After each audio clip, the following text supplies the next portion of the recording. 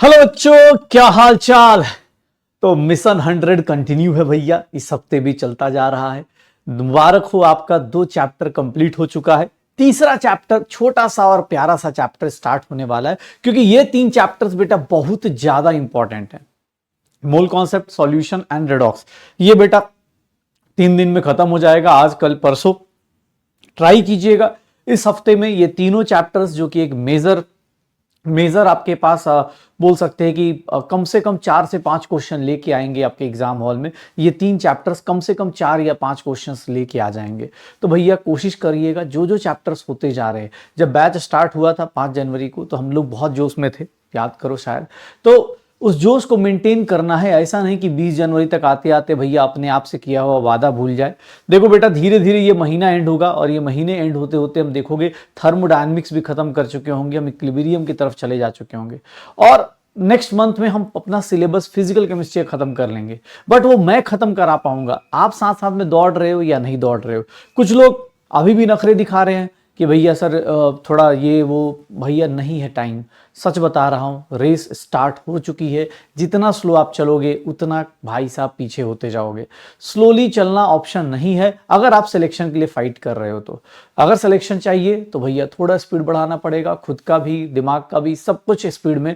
Time जितना हो सकता है, मैं जानता हूं 24 घंटे उससे ज्यादा टाइम नहीं मिल सकता, बट 24 घंटे के अंदर जितना बेस्ट आप दे सकते हो उतना बेस्ट दीजिए।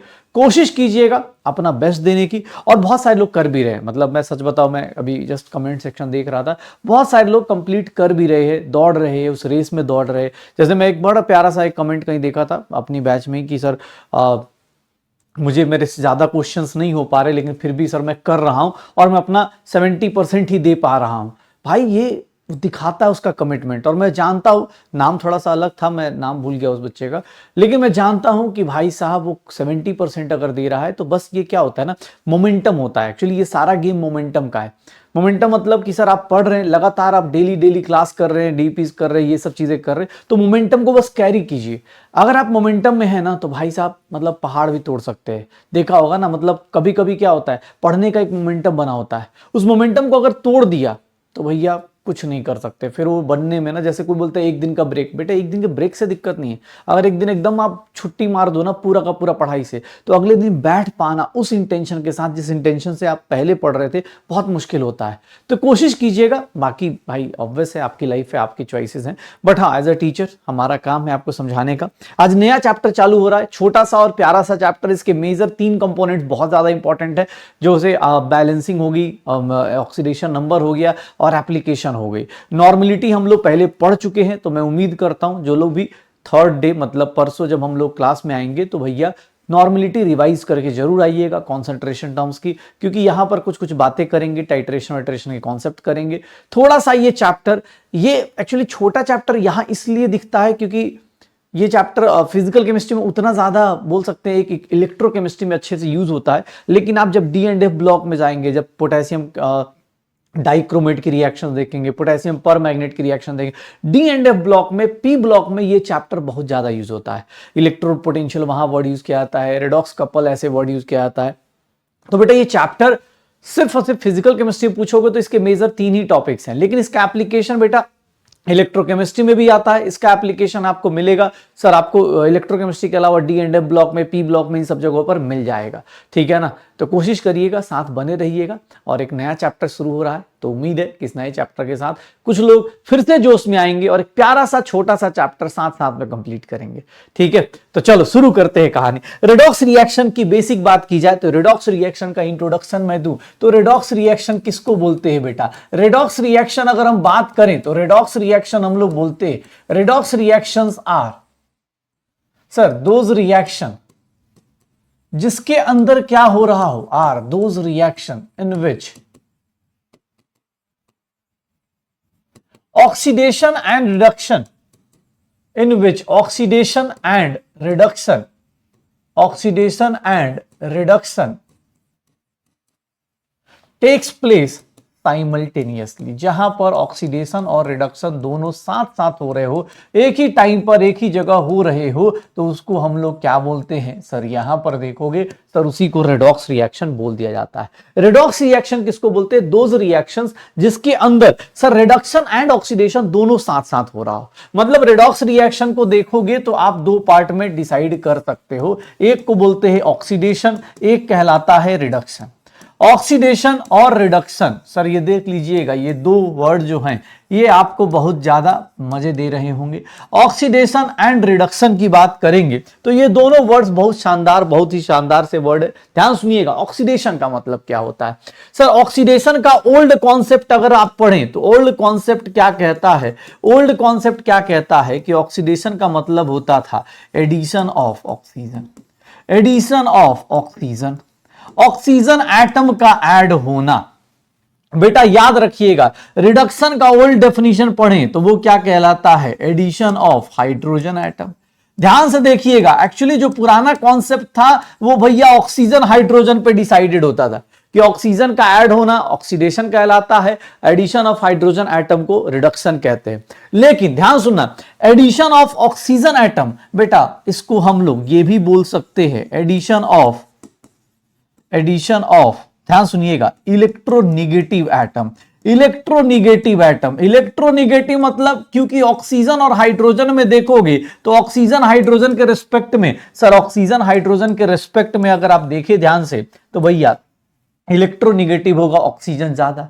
सर यहां पर देखेंगे तो इसको क्या बोल देंगे? एडिशन की बात करेंगे कि sir addition of electropositive, electropositive atom. Electropositive atom का मतलब क्या हो जाएगा सर? कि भैया आप ऑक्सीजन और हाइड्रोजन के रिस्पेक्ट में देखोगे, oxygen is more electron pulling tendency, जो ऑक्सीजन की ज्यादा होती है, ऑक्सीजन इलेक्ट्रॉन ज्यादा खींच लेता है अपने side as compare to electropositive element. Sir oxygen और हाइड्रोजन में सबसे बेसिक सा कॉन्सेप्ट कि ऑक्सीजन का ऐड होना ऑक्सीडेशन, हाइड्रोजन का ऐड होना रिडक्शन। फिर से अगर देखो तो इसका अपोजिट कर दो, मतलब यहां पर क्या कर दो? ऑक्सीडेशन को बेटा हम ये बोल सकते हैं रिमूवल ऑफ हाइड्रोजन एटम को भी हम क्या बोल सकते हैं? ऑक्सीजन। और यहां पर हम ये लिख सकते हैं removal of oxygen atom. Sir oxygen atom के रिमूवल को हम क्या बोल सकते हैं? रिडक्शन। सर ध्यान से देखिएगा, अब ऑक्सीजन एटम और हाइड्रोजन एटम को फिर से हम लोग चाहे तो इसको हाइड्रोजन एटम को क्या लिख सकते हैं? सर ऑक्सीजन हाइड्रोजन एटम का इलेक्ट्रो पॉजिटिव एटम का रिमूवल, इलेक्ट्रोपॉजिटिव एटम का रिमूवल। और यहां पर बात करोगे सर रिडक्शन किसको बोलेंगे? Removal of electronegative atom, electronegative atom, removal of electronegative atom. ये पुराने कॉन्सेप्ट्स हैं लेकिन ये बहुत काम के हैं भाई साहब। देख लो ऑक्सीडेशन और रिडक्शन की कहानी, ओल्ड कॉन्सेप्ट क्या कहता है? Addition of oxygen, addition of hydrogen, दोनों के बीच की कहानी देख लो। Addition of oxygen atom, addition of hydrogen atom, old concept ये देख लो। सर इसके एग्जांपल्स मैं आपको दिखा देता हूं, ये ऐसे करके भरे पड़े एग्जाम्पल्स, आप आराम से चाहें तो ये भाई साहब 9th-10th में भी पढ़ते थे, यहां पर वही सेम एग्जाम्पल्स आपको दिख जाएंगे। आज के टाइम पर इन एग्जाम्पल्स की जरूरत नहीं पड़ती, ओल्ड कॉन्सेप्ट की जरूरत हमें नहीं पड़ती। वीडियो पॉज करके लिखना चाहें तो आप लिख भी सकते थे एग्जाम्पल। बाकी भाई साहब अब हम लोग नए लोग हैं तो हम लोग मॉडर्न कॉन्सेप्ट पढ़ते हैं। रेडॉक्स रिएक्शन को देखोगे तो रेडॉक्स रिएक्शंस भैया अब देख लो, रेडॉक्स रिएक्शंस को देखोगे तो रेडॉक्स रिएक्शन दो टाइप का, फिर से sir oxidation and reduction. New concept क्या कहता है या मॉडर्न कॉन्सेप्ट क्या कहता है? ऑक्सीडेशन रिडक्शन को कैसे डिफाइन करते हैं? ऑक्सीडेशन रिडक्शन को कैसे डिफाइन करते हैं? तो ध्यान से सुनना, ऑक्सीडेशन रिडक्शन को कैसे डिफाइन करते हैं तो इसको क्या बोलेंगे? सर ये देख लो, ऑक्सीडेशन का मतलब क्या होता है? सर ऑक्सीडेशन का मतलब होता है कि आप जब इलेक्ट्रॉन को कम कर दो, रिमूवल ऑफ इलेक्ट्रॉन, या फिर इसी को हम लोग लिखना चाहें तो रिमूवल ऑफ इलेक्ट्रॉन को हम लोग क्या बोलते हैं? जब आपकी इलेक्ट्रॉन डेंसिटी की कमी हो जाए, decrease in electron density. Hydrogen oxygen का कॉन्सेप्ट यहां पर नहीं चलेगा, हाइड्रोजन ऑक्सीजन का कॉन्सेप्ट यहां पर हम लोग नहीं लगाते, हम लोग यहां पर लगाते हैं सर रिमूवल या फिर एडिशन ऑफ इलेक्ट्रॉन, एडिशन या फिर गेन ऑफ इलेक्ट्रॉन। बेटा अगर वर्ड यूज किया जाए गेन ऑफ इलेक्ट्रॉन, मतलब ऑब्वियस है आप जब इलेक्ट्रॉन गेन करेंगे, increase in electron density, electron density क्या होगी बेटा, बढ़ जाएगी। इलेक्ट्रॉन डेंसिटी क्या हो जाएगी, बढ़ जाएगी। रिमूवल ऑफ इलेक्ट्रॉन, यहां पर साथ में लॉस भी लिख सकते हो बेटा, यहां पर वर्ड लॉस बोलेगा, लॉस ऑफ इलेक्ट्रॉन। तो पहला डेफिनेशन ऑक्सीडेशन, जो आज के टाइम पे मॉडर्न कॉन्सेप्ट है, वो इलेक्ट्रॉन्स को देखता है कि इलेक्ट्रॉन का लॉस हो रहा है कि भैया एडिशन हो रहा है, गेन हो रहा है, लॉस या गेन। अगर लॉस हो रहा है तो इसका मतलब क्या हो गया, अगर लॉस हो रहा है तो भैया वो क्या बता रहा है कि ऑक्सीडेशन हो रहा है। अगर आप इलेक्ट्रॉन लूज करते हो तो ऑक्सीडेशन, अगर इलेक्ट्रॉन गेन करते हो तो रिडक्शन। याद रखिएगा ये सारे कॉन्सेप्ट बेटा आप जो अभी कर रहे इस चैप्टर को, ये चैप्टर यहीं पर कंप्लीट नहीं होगा, बार बार बोल रहा हूं, इलेक्ट्रोकेमिस्ट्री में फिर से यही सब चीजें आएंगी। तो याद रखिएगा ये छोटी मगर मोटी बातें, ध्यान से सुनिएगा। सर एक नया कॉन्सेप्ट क्या है, ऑक्सीडेशन का मतलब क्या होता है, increase in oxidation number, increase in oxidation number, increase in oxidation number, increase in oxidation number. ये क्या है भाई, ऑक्सीडेशन नंबर या फिर ऑक्सीडेशन स्टेट, ये क्या चीज है भाई, ध्यान सुनिएगा। ऑक्सीडेशन नंबर या फिर ऑक्सीडेशन स्टेट। सर यहां पर रिडक्शन का मतलब क्या हो जाएगा, डिक्रीज इन ऑक्सीडेशन नंबर या फिर oxidation state, decrease in oxidation number या फिर ऑक्सीडेशन स्टेट। अब ऑक्सीडेशन नंबर, ऑक्सीडेशन स्टेट क्या है, यही पहेली है जो आज हम सुलझाएंगे, यही पहेली है जो आज हम लोग सुलझा रहे होंगे। तो याद रखिएगा, जैसे ही आपसे बोले ऑक्सीडेशन या रिडक्शन, तो यहां पर ध्यान सुनना, ऑक्सीडेशन या रिडक्शन सर इसके बारे में। अच्छा, कहीं कहीं पर रिमूवल ऑफ इलेक्ट्रॉन्स को ना बेटा एक नाम दे दिया जाता है, इसको नाम देते हैं डी इलेक्ट्रोनेशन, डी इलेक्ट्रोनेशन। और इसका एडिशन ऑफ इलेक्ट्रॉन को क्या बोल देंगे, इलेक्ट्रोनेशन। अगर आप इलेक्ट्रॉन ऐड कर रहे हैं तो इसका नाम क्या हो जाएगा, इलेक्ट्रोनेशन। तो डी इलेक्ट्रोनेशन, इलेक्ट्रोनेशन, एडिशन और रिमूवल को ऐसे बोल दिया जाता है। डी मतलब रिमूवल होता है बेटा, ये जो वर्ड होता है ना डी, ये रिमूवल को रिप्रेजेंट करता है। ठीक है, अब आते हैं अपने बेसिक काम पे, ऑक्सीडेशन नंबर क्या है, ऑक्सीडेशन स्टेट क्या है। ऑक्सीडेशन नंबर या ऑक्सीडेशन स्टेट किसको बोलते हैं बेटा, यही पहेली जो है हम सुलझाएंगे, यही पहेली जो है हम लोग सुलझाएंगे। भैया ऑक्सीडेशन नंबर की बात करोगे तो ऑक्सीडेशन नंबर क्या होता है, मन में ये थॉट अगर आए तो ऑक्सीडेशन नंबर हम क्या बोलते हैं, ध्यान सुनना। ऑक्सीडेशन नंबर किसको बोलते हैं, इट कैन बी इमेजिनरी और अपीयरेंट चार्ज। पहली बात, ये चार्ज होता है किसके ऊपर, रियल भी हो सकता है, इमेजिनरी भी हो सकता है। कब डेवलप होता है, develop over atom of an element, जब वो अपने एलिमेंटल स्टेट से कंबाइंड स्टेट में चला जाए, मतलब वो अपने फ्री स्टेट से क्या करे, बॉन्डिंग करे, किसी से कंबाइन करे, सर मॉलिक्यूल्स बनाए, तो उसको हम लोग क्या बोल देते हैं, उस टाइम पर वो अपने ऊपर जो चार्ज डेवलप करता है उसी को क्या बोल दिया जाता है, सर ऑक्सीडेशन नंबर। प्लीज बेटा डेफिनेशन देख लो, इट कैन बी रियल और मतलब रियल और इमेजिनरी। सर इसको कैसे कैलकुलेट करते, अभी हम लोग रूल्स पढ़ेंगे उससे पता चलेगा। सर ये हमेशा रिलेटिव चार्ज है, रिलेटिव चार्ज कैसे, अभी आपको थोड़ी देर में बस रूल्स में पता चल जाएगा। बस यहां पर याद रखिएगा, यहां पर बेटा ऑक्सीडेशन नंबर और फॉर्मल चार्ज, कुछ लोग अभी केमिकल बॉन्डिंग पढ़ेंगे वहां पर, उसको दोनों को मिक्स मत कीजिएगा। ऑक्सीडेशन नंबर में क्या होता है कि आप हमेशा ये मान के चलते हैं कि there is complete transfer of electron from a less electronegative atom to more electronegative atom, मतलब कंप्लीट ट्रांसफर माना जाता है, यहां पर पार्शियल ट्रांसफर नहीं मानते। जैसे अगर आप केमिकल बॉन्डिंग पढ़ेंगे तो आपको पता चलता है कि सर यहां पर केमिकल बॉन्डिंग में कोई पूछे तो इस पे प्लस डेल्टा और इस पे माइनस डेल्टा, क्यों, क्योंकि भाई साहब प्लस डेल्टा और माइनस डेल्टा क्यों, क्योंकि सर यहां पर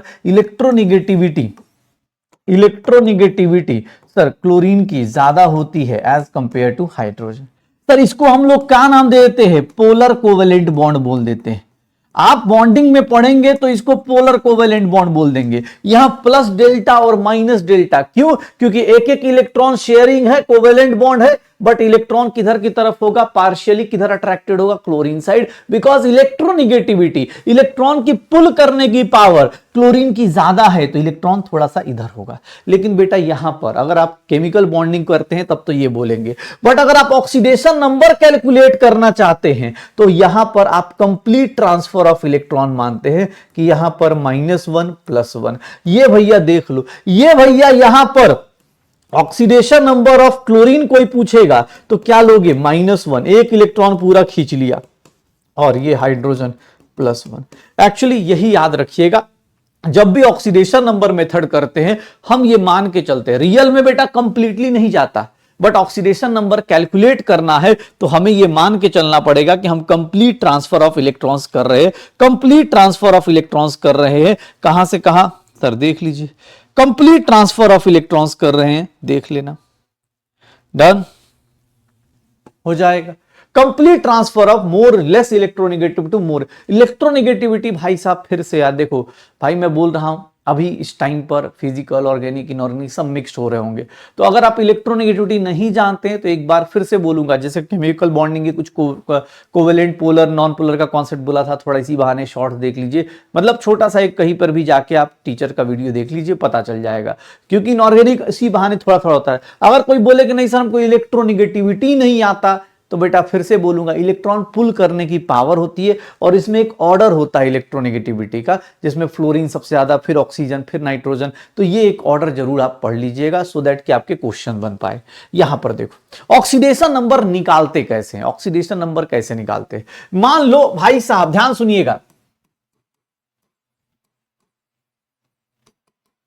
अगर कोवेलेंट मॉलिक्यूल्स है, ये देख लो ए और बी, ये देख लो, ध्यान से सुनना, ए और बी, अगर मैं बोल दूं, ध्यान सुनिएगा, अगर मैं बोल दूं electronegativity of A is greater than electronegativity of B, पता है क्या हो जाएगा, electronegativity of A is greater than electronegativity of B, पता है सर। ऑक्सीडेशन नंबर पता है कैसे डिसाइड हो जाए, अगर ए का ज्यादा है बी से, मतलब इलेक्ट्रॉन इधर साइड जाएंगे, सर ए पे ऑक्सीडेशन नंबर अगर ए का निकालना चाहते हैं तो पता है कितना हो जाएगा, एक इलेक्ट्रॉन बी का इधर आ जाएगा तो -1।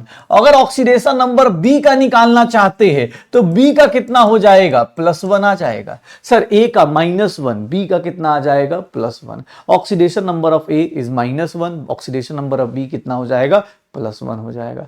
ए electronegativity of A is greater than electronegativity of B हो जाएगा sir.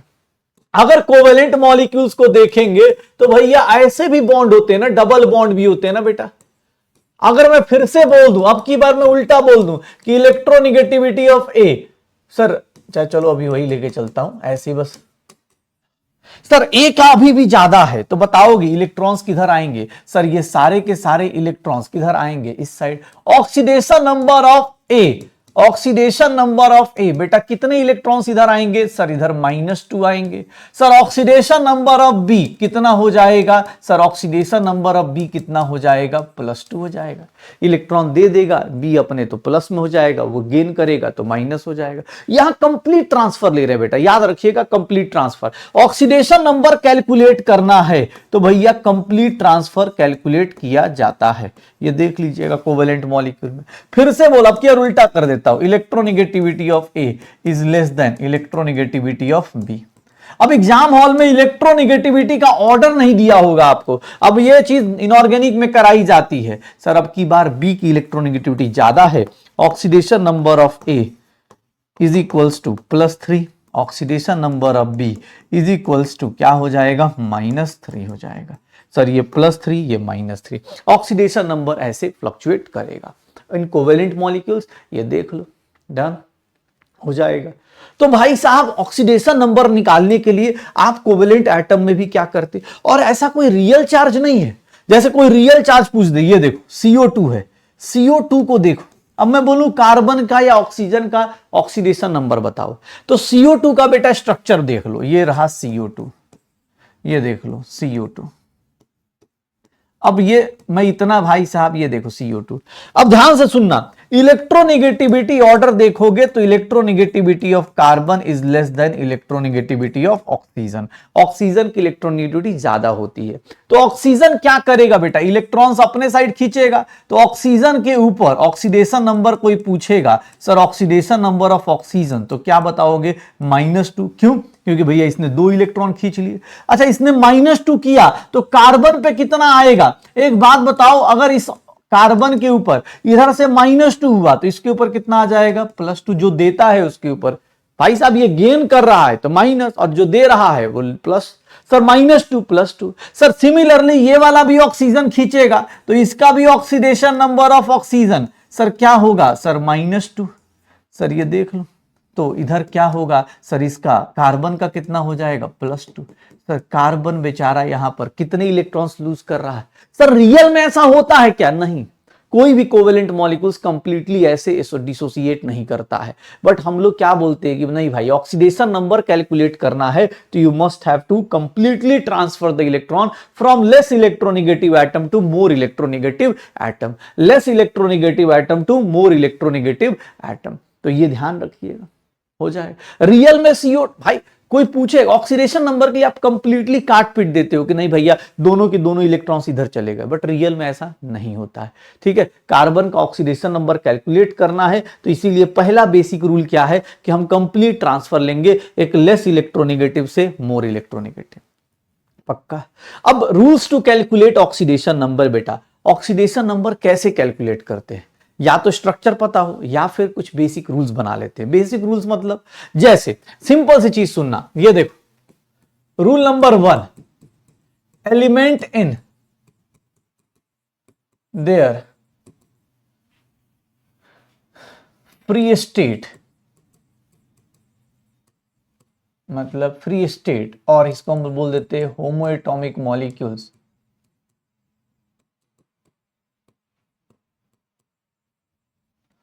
have zero oxidation number.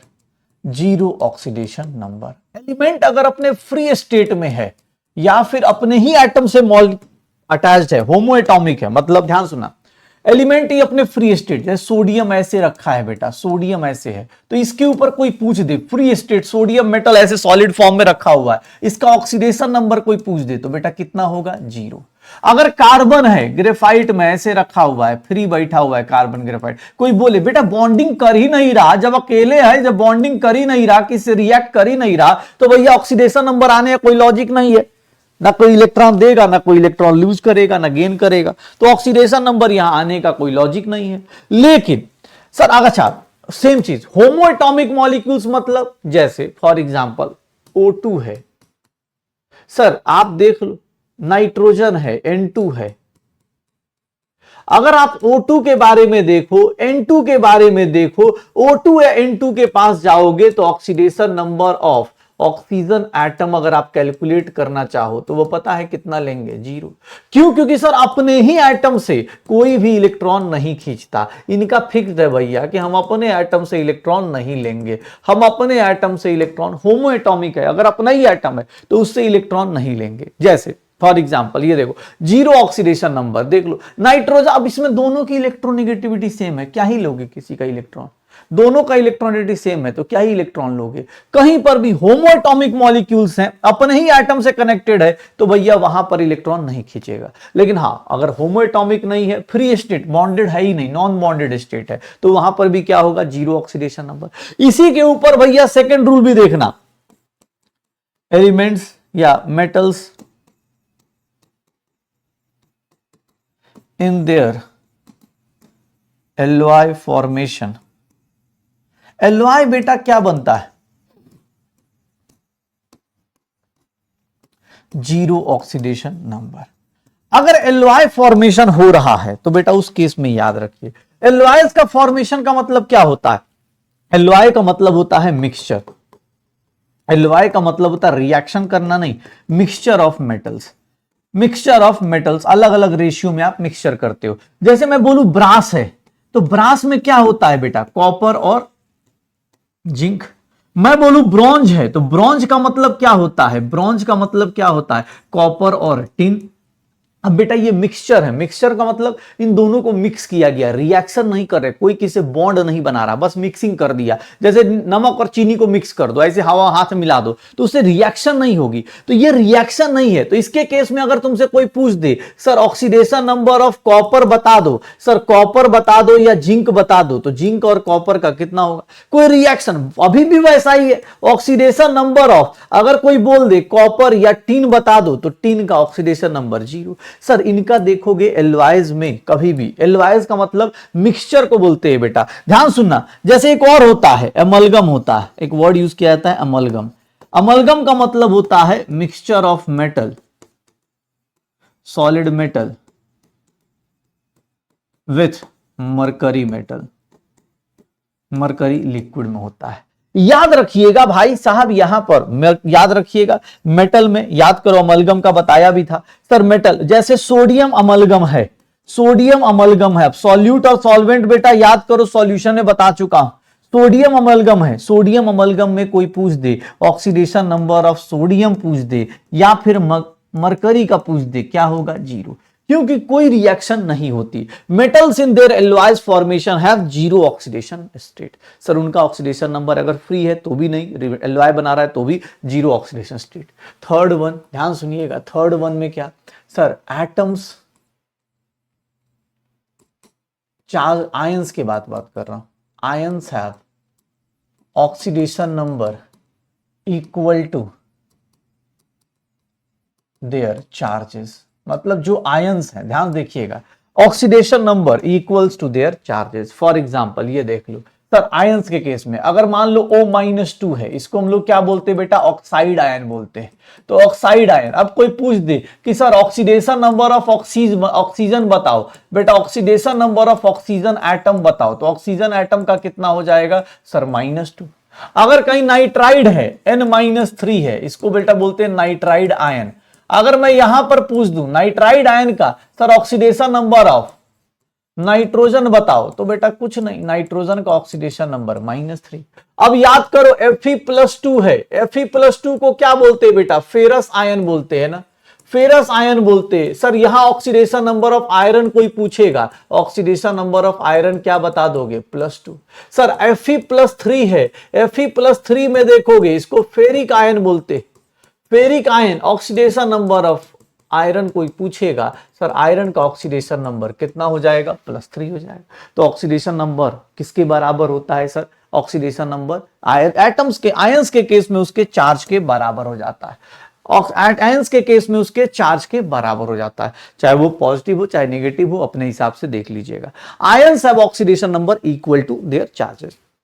फिर नेक्स्ट बात करें अगर हम लोग, तो याद रखना अब कुछ कुछ जगहों पर क्या होगा ये देख लो सर। सबसे पहली चीज एटम हो गया, आयंस हो गए।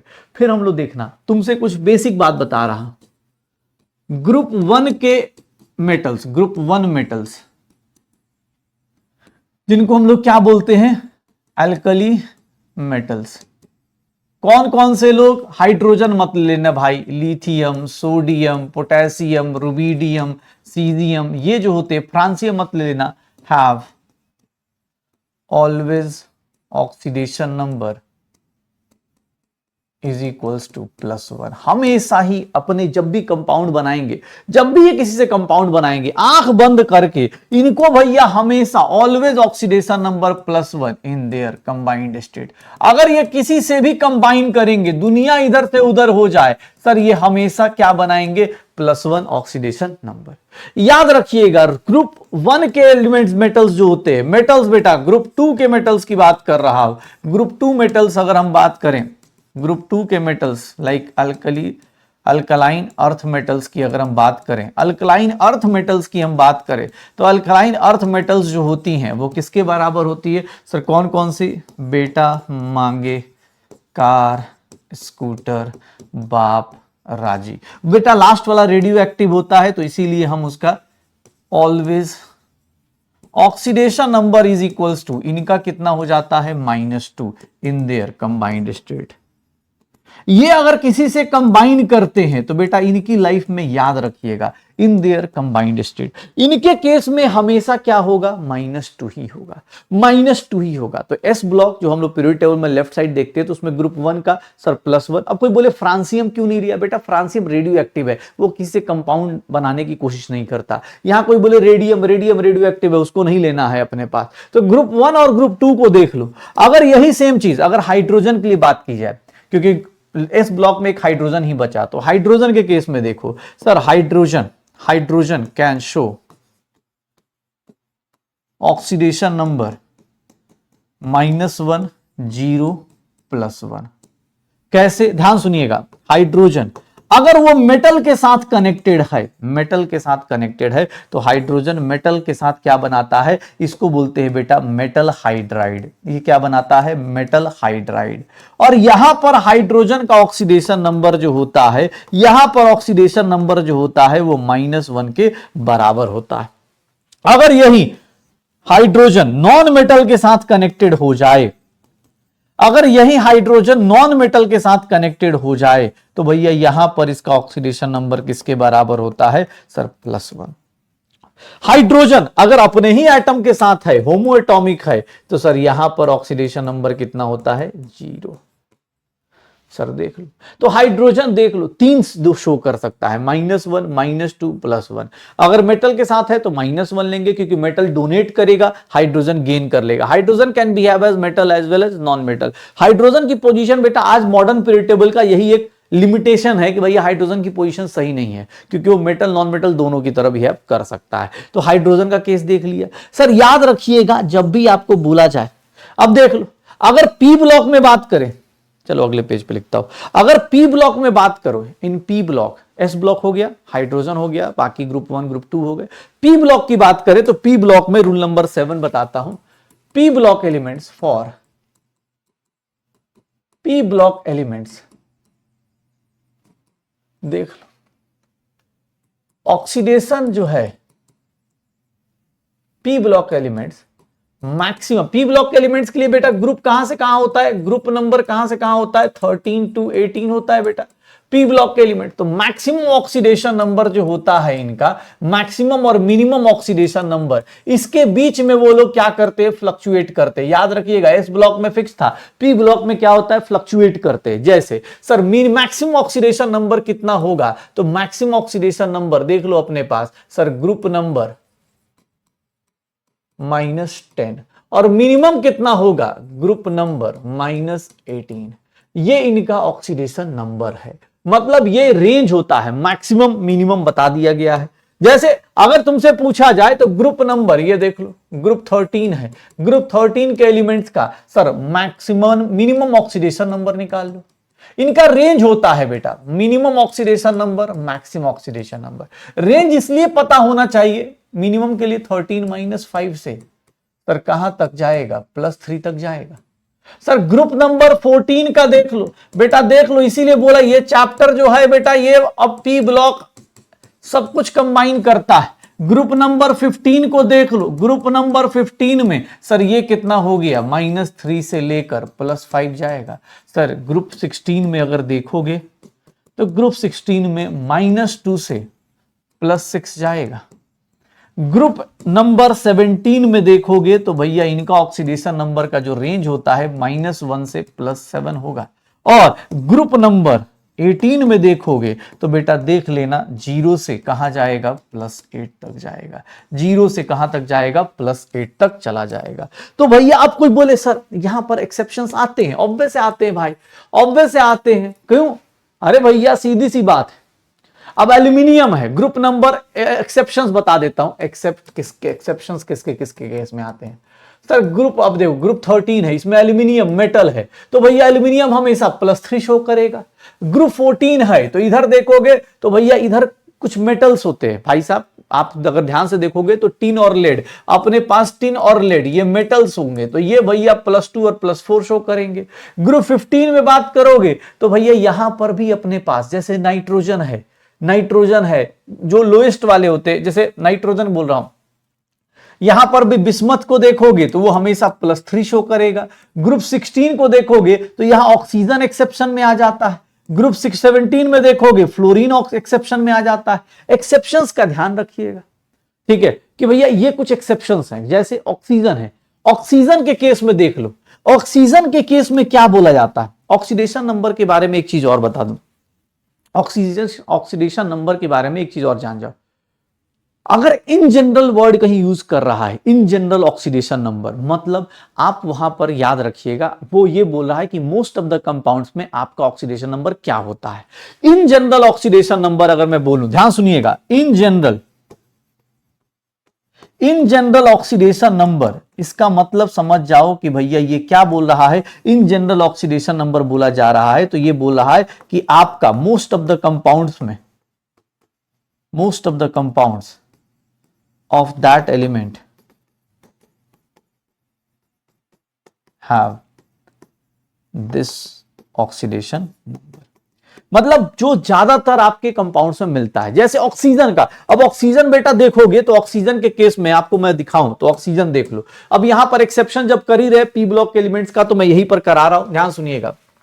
ये देखिएगा बेटा, आप अपने हिसाब से साइड में नीचे लिख सकते हैं। ये देखो ऑक्सीजन की केस की बात करें तो ऑक्सीजन, फॉर ऑक्सीजन एटम, अगर आपको निकालना इन जनरल ऑक्सीडेशन नंबर, मतलब जब उस एटम का ऑक्सीडेशन नंबर नहीं निकालना है, ऑक्सीडेशन नंबर नहीं निकालना है इन जनरल, जब कब लेते हैं हम लोग, जब उसका नहीं निकालना, किसी और का निकालना है, ठीक है, तो ये इन जनरल ऑक्सीडेशन नंबर होता है। ऑक्सीजन एटम के लिए ऑक्सीडेशन नंबर इन जनरल बोलोगे तो वो कितना होता है, -2। सर इसको हम लोग बोल देते हैं oxide. But oxygen atom can show, oxygen can show, sir पता है -2, -1, 0, +1, -1/2 भी शो कर देता है, 0, +1, +1, +2 ऐसे शो कर सकता है। मतलब आप इन जनरल का मतलब ये होता है कि जब आप ऑक्सीजन का नहीं निकाल रहे होंगे, जब ऑक्सीजन का आप नहीं निकालते हो तो बेटा उस टाइम पर ऑक्सीजन का कितना कंसीडर करोगे, ऑक्सीजन का -2। जब उसका नहीं निकालना है तो ऑक्सीजन का कितना लोगे, -2। हाँ, ऑक्सीजन कैन शो -1, कैसे ये देख लो सर, इसको बोलते हैं परऑक्साइड आयन। दो एटम के ऊपर कितना चार्ज है, -2, तो एक एटम पे ऑक्सीडेशन नंबर हमेशा एक एटम के लिए लिया जाता है, ये भी ध्यान रखिएगा। दो एटम के ऊपर -2, तो एक एटम के ऊपर कितना होगा, सर ये देख लीजिए O2 -1, इसको बोलते हैं सुपर ऑक्साइड आयन। यहां पर ऑक्सीजन का कैलकुलेट कर लीजिए, यहां पर कितना है सर, दो एटम पे -1, तो एक पे कितना हो गया, -1/2। सर O2F2 देख लो, OF2 देख लो, ये देख लो OF2, अगर यहां पर कैलकुलेट करने जाओगे तो ऑक्सीजन यहां पर कितना दे देगा, सर ऑक्सीडेशन यहां पर शो, क्यों, क्योंकि सर ऑक्सीजन कितना ले लेगा, +2। कैसे, स्ट्रक्चर बना लो, OF2, ये देख लो ऑक्सीजन कितना शो कर देगा, ऑक्सीजन कितना शो कर देगा बेटा, ये खींच लेगा तो -1, ये खींच लेगा तो -1, ऑक्सीजन पे कितना आएगा, +2। एक और कंपाउंड देख लो, O2F2 को याद रखिएगा, O2F2 देख लो, O2F2 देखोगे तो यहां पर देख लो ये कितना हो गया, -1। फ्लोरीन की इलेक्ट्रोनेगेटिविटी ज्यादा होती है बेटा, तो इसका -1, ये कितना हो गया, +1, ये कितना हो गया, +1। तो यहां पर oxygen show +1 oxidation state. P block में याद रखिएगा कुछ एक्सेप्शन, जैसे मैंने ऑक्सीजन एटम का बताया कि ऑक्सीजन एटम का इन जनरल ऑक्सीडेशन नंबर कितना लेते हैं, जब उसका नहीं कैलकुलेट करना है तब कितना लेते हैं, -2। लेकिन अगर उसका कैलकुलेट करने पे आए तो ऑक्सीजन कैन शो -2, -1, -1/2, 0, +1, +2, कुछ भी शो कर सकता है। सिमिलरली ये देख लो सर, अगर मैं बात करूं फॉर हैलोजेंस, हैलोजेंस मतलब कौन कौन से हो गए sir, fluorine, chlorine, bromine, iodine. Sir ये देख लो, अगर इन जनरल ऑक्सीडेशन नंबर की बात की जाए, बेटा अभी पी ब्लॉक में ही चल रहा हूं, जिन जनरल ऑक्सीडेशन नंबर, तो इनका कितना होता है, -1 होता है। मतलब जब इनका कैलकुलेट नहीं करना है, जब इनका कैलकुलेट नहीं करना है तो इसको हमेशा क्या लेंगे, -1, मतलब ये हमेशा ऑक्सीडेशन नंबर -1 दिखाएंगे। But sir except fluorine, chlorine, bromine, iodine can show +1, +3, +5, +7 oxidation number show कर सकते हैं, याद रखिएगा। मतलब आप इसके केस में देख लो, जैसे ही आपसे बोला गया हैलोजेंस के केस में देखोगे तो हैलोजेंस के लिए क्या हो जाएगा सर, हैलोजेंस के लिए क्या हो जाएगा कि आप देख लो सर, अगर आप फ्लोरीन का -1 से लेकर +7 तक, फ्लोरीन नहीं शो करेगा, ऑक्सीजन नहीं शो करेगा, तो ये ध्यान रखिएगा इन जनरल ऑक्सीडेशन नंबर जब भी कोई बोलेगा तो फ्लोरीन का, क्लोरीन का जब भी कोई कैलकुलेट करने को बोले आप कितना लोगे सर, वो उसका हमेशा -1 लोगे। लेकिन अगर उसका कैलकुलेट करने को आ गया तब भैया आप याद रखना कि उस केस में भैया वो कुछ भी शो कर सकते हैं, +1 +3 +5 +7 कुछ भी शो कर सकते हैं, ठीक है। सिमिलरली अगर कोई बोले कि हैलोजेंस के अलावा, जैसे देखोगे कुछ चीजें, अब जैसे एल्यूमिनियम है तो एल्यूमिनियम जो है ऑलवेज शो, एल्यूमिनियम बेटा always show +3 oxidation number. Sir metal है वो कभी नीचे जाएगा ही नहीं, वो कभी नीचे जाएगा ही नहीं। सर कुछ लोगों को देखोगे जैसे टिन है या लेड है तो ये लोग क्या शो करते हैं, शो +2 एंड +4। कहने को ये लोग भैया 14th ग्रुप में, 14th ग्रुप में क्या शो करना चाहिए, -4 से लेके +4, लेकिन नहीं शो कर पाते। लेकिन हाँ कोई बोले रेंज का क्या फायदा होता है, बेटा रेंज का फायदा ये होता है, जैसे मान लो ग्रुप 16 है, सल्फर आता है इसमें, तो सल्फर का ऑक्सीडेशन नंबर बेटा +6 से ज्यादा नहीं होना चाहिए, ये रेंज बता देगा। अगर तुमसे कोई बोले कि सल्फर का ऑक्सीडेशन नंबर का रेंज बताओ, तो सल्फर का ऑक्सीडेशन नंबर जो रेंज होगा ये इससे ऊपर नहीं जाना चाहिए। ऑक्सीडेशन नंबर जो रेंज होना चाहिए वो किससे ऊपर नहीं जाना चाहिए, -2 से लेकर +6। ये जो हमने पढ़ा इसका रूल नंबर 7 का यूज देख लो, क्या रूल का यूज है सर, पी ब्लॉक एलिमेंट्स में जो एक्सेप्शंस हैं। और जैसे ही इन जनरल बोला जा रहा है, इन जनरल मतलब समझ जाना कि जब उसका नहीं निकालना है तो आप कितना कैलकुलेट करोगे, -1, या जो भी हैलोजन के केस में -1, ऑक्सीजन के केस में -2।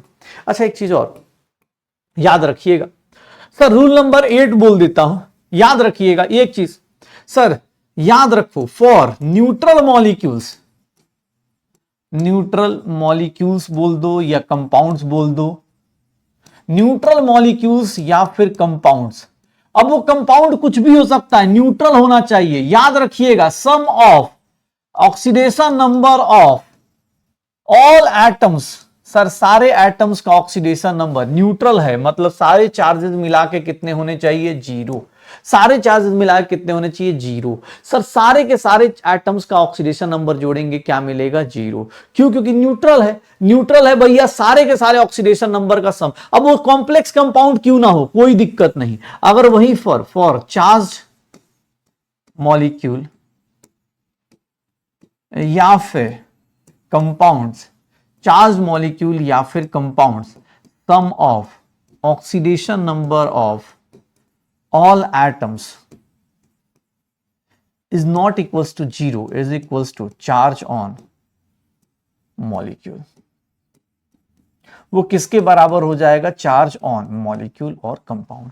इन दोनों चीजों का हम यूज करके बेटा अब ऑक्सीडेशन नंबर निकाल सकते हैं, इन दोनों चीजों का यूज करके हम ऑक्सीडेशन नंबर निकाल सकते हैं। जैसे फॉर एग्जांपल मैं तुमसे ये क्वेश्चन दे दूं, ध्यान से देखिएगा, K2Cr2O7 क्रोमियम का ऑक्सीडेशन नंबर निकालिए। बेटा ऑक्सीडेशन नंबर जब भी डिफाइन किया जाता है एक एटम के लिए, मैं तुमसे बोल रहा हूं Cr2 है, K2Cr2O7 है, बताओ ऑक्सीडेशन नंबर ऑफ क्रोमियम कैसे निकालोगे। ध्यान से देखना, ये मॉलिक्यूल क्या है, इसके ऊपर कोई चार्ज है क्या, नहीं है ना। पोटेशियम बेटा ग्रुप 1 में आता है, 2 एटम है तो +1 × 2। सर क्रोमियम देखो, एक एटम का ऑक्सीडेशन नंबर x तो 2 एटम का 2x। Sir 7 × -2 is equals to total sum of all atoms का ऑक्सीडेशन नंबर का सम जोड़ के देखोगे, सर ये देख लो, सर ये ऐड करोगे x की वैल्यू कितनी आ जाएगी, +6। मतलब 2 क्रोमियम है, एक पे कितना चार्ज आएगा, +6, दूसरे पे कितना होगा, +6। अगर यहीं पर क्रोमियम के बदले ये दिया होता, ये देख लो, ये दिया होता, इसको पर मैग्नेट आयन बोलते हैं ना, पर मैग्नेट आयन। मैग्नीज का ऑक्सीडेशन नंबर निकालना है। अच्छा कोई बोले कि सर आपको कैसे पता चला ऑक्सीजन का -2 लेना है, बेटा क्या बोला था मैंने, जब उसका नहीं निकालना। इन जनरल का मतलब यही होता है कि जब आपका उस एटम का ऑक्सीडेशन नंबर नहीं निकालना है, मतलब ऑक्सीजन का नहीं निकालना है तो उसका कितना लेंगे, -2। जब फ्लोरीन का नहीं निकालना है तो कितना लेंगे, -1। सर देख लो, अब पर मैग्नेट आयन है, पर मैग्नेट में मैग्नीज का निकालना है, कितने एटम्स है बेटा, 1, तो x ले लें और यहां पर -8 लिख दें। कैसे, ऑक्सीजन का -2, 4 एटम है तो -8 इज इक्वल्स टू x की वैल्यू कितनी आ गई, +7 आ गई। आप किसी भी टाइप के एटम ले लो, मान लो आपने कॉम्प्लेक्स कंपाउंड ले लिया, ये देख लो, ये देख लो, ऐसे ले लिया। अब मैं बोलूं जिंक का ऑक्सीडेशन नंबर बताओ, कॉम्प्लेक्स कंपाउंड है कोई दिक्कत नहीं बेटा, आप कॉम्प्लेक्स पे देख लो कोई चार्ज है क्या, नहीं।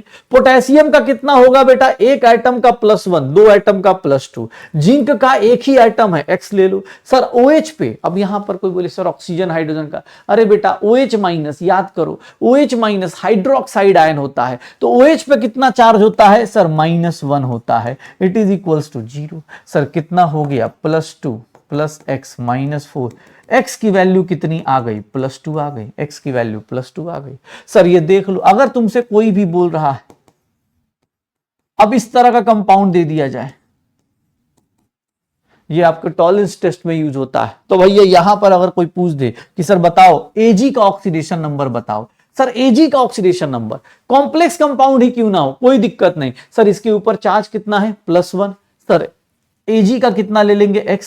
अमोनिया बेटा यहां पर देखो, कॉम्प्लेक्स कंपाउंड में क्या होता है, इसको लिगेंड्स बोलते हैं, इसके ऊपर कोई चार्ज है क्या, अमोनिया के ऊपर कोई चार्ज नहीं होता, क्यों, क्योंकि सर अमोनिया न्यूट्रल मॉलिक्यूल है, sir that is equals to +1, x की वैल्यू कितनी है, +1।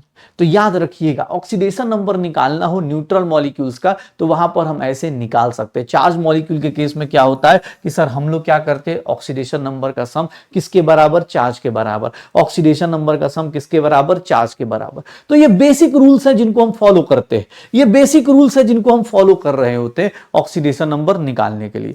चाहो एक मिनट,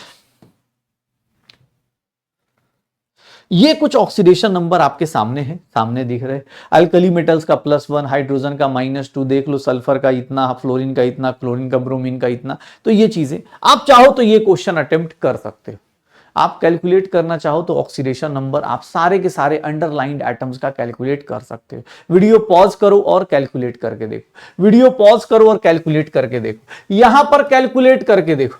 नाइट्रोजन का कैसे कैलकुलेट करेंगे बेटा, नाइट्रोजन का x होता है सर ऑक्सीजन का 2 - 2 हो गया, and that is equals to sir x की वैल्यू सर इधर गया तो +5 हो जाएगा। यहां पर नाइट्रोजन का एक ही आइटम है, एक ही आइटम है तो प्लस, और ये is equals to -1, sir x की वैल्यू कितनी आ गई, +5। यहां पर देख लो +1 + x -8 कितना, 0।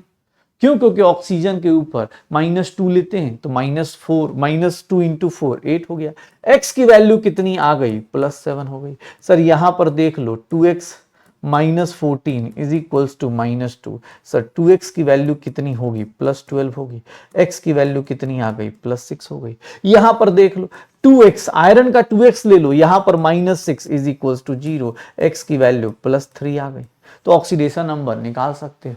सर ऑक्सीडेशन नंबर निकालना हो तो आप आराम से निकाल सकते हैं। ऑक्सीडेशन नंबर जब भी आपसे बोला जाए तो इस तरह के बेसिक एग्जांपल्स आपके पास आ जाएंगे। ऑक्सीडेशन नंबर में ट्विस्ट क्या है, ऑक्सीडेशन नंबर कुछ लोगों के पास, ध्यान से देखिएगा, कुछ लोगों का ऑक्सीडेशन नंबर बेटा जल्दी से फॉर्मूले से नहीं निकालना है। क्यों, जैसे कुछ लोगों के लिए, कितना रूल हो गया भाई, रूल नंबर 9 ना, रूल नंबर 10 देखो, 10th रूल क्या कहता है, for compounds of carbon, sulfur, phosphorus, etc., chromium, etc.,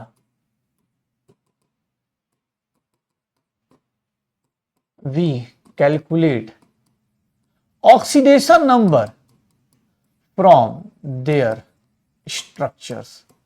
क्यों, क्योंकि इससे अगर आप स्ट्रक्चर से नहीं कैलकुलेट करेंगे ना तो बेटा दिक्कत आ जाएगी। जैसे फॉर एग्जांपल अगर मैं आपको ये दे देता हूं एसिटिक एसिड, ये देखो CH3COH, एसिटिक एसिड देता हूं बेटा, ध्यान सुना सर, इसको आप लिखोगे तो ऐसे लिख दोगे C2H4O2।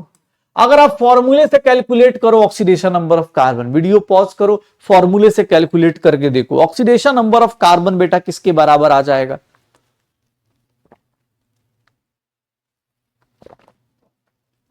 किसके बराबर आ जाएगा, कैलकुलेट करोगे sir 2x, hydrogen non metal से कनेक्टेड है तो +4, सर इधर oxygen -4 is equals to 0, x की वैल्यू कितनी आ गई, 0।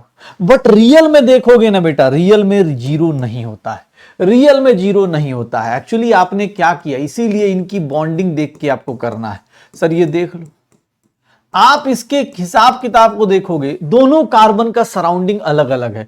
आपने ऐसा कैलकुलेट किया ना बेटा, तो इसमें क्या हो गया, आपने दोनों कार्बनों को इक्वल मान लिया कि दोनों कार्बन का चार्ज सेम होगा। बट रियल में देखोगे, स्ट्रक्चर से देखोगे तो आपको चार्ज अलग अलग नजर आएंगे। ये देखो, इस कार्बन को पकड़ो सर, इसका ऑक्सीडेशन नंबर निकालने जाओगे, इसकी सराउंडिंग देखो, कार्बन कार्बन से इलेक्ट्रॉन ना लेता है ना देता है, होमो एटॉमिक अपने अपने एटम्स को नहीं देते।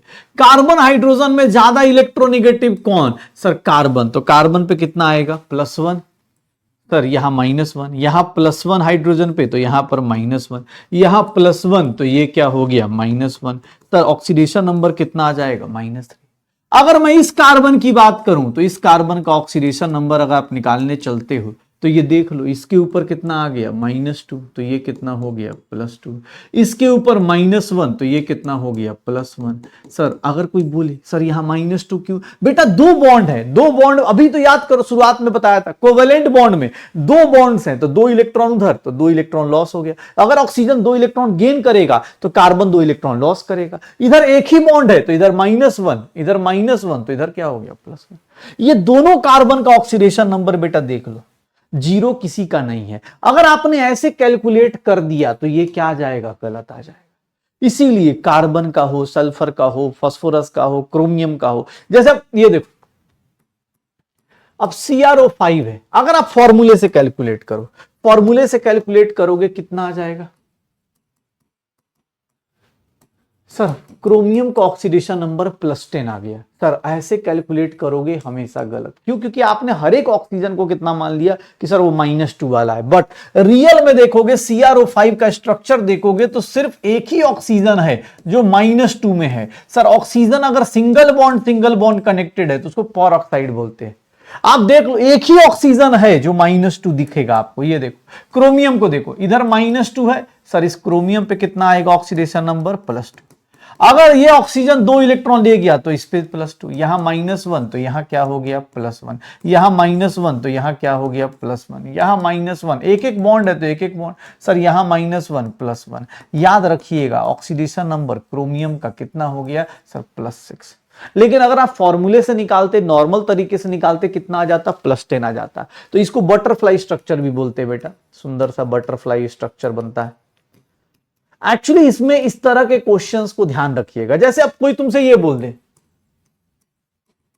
सल्फर का ऑक्सीडेशन नंबर निकालो, अगर आप फॉर्मूले से निकालोगे ना, सल्फर का ऑक्सीडेशन नंबर निकाल के देखो, आपको पता चल जाएगा। सल्फर का ऑक्सीडेशन नंबर निकालोगे, आपको पता चलेगा भाई साहब, सल्फर जो है ऑक्सीडेशन नंबर देखोगे सल्फर का कितना आ जाएगा, तब निकाल के देखो।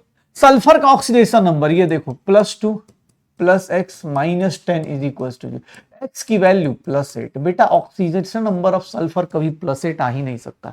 सल्फर का मैक्सिमम +6 था, तो भैया मैक्सिमम तक जाएगा, +8 तो आ ही नहीं सकता।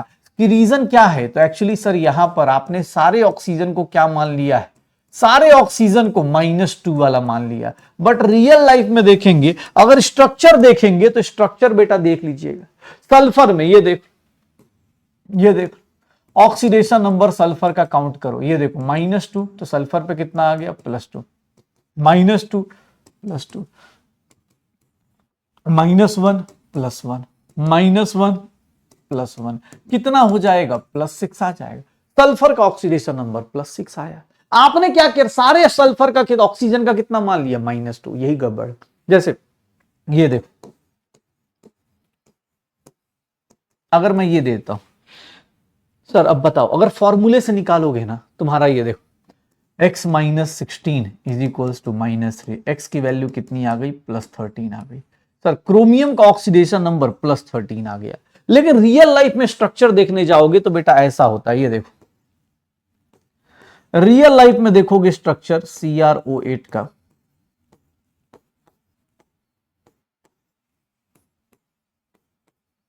ऐसा होता है, और इस टोटल के ऊपर चार्ज कितना होता है, -3।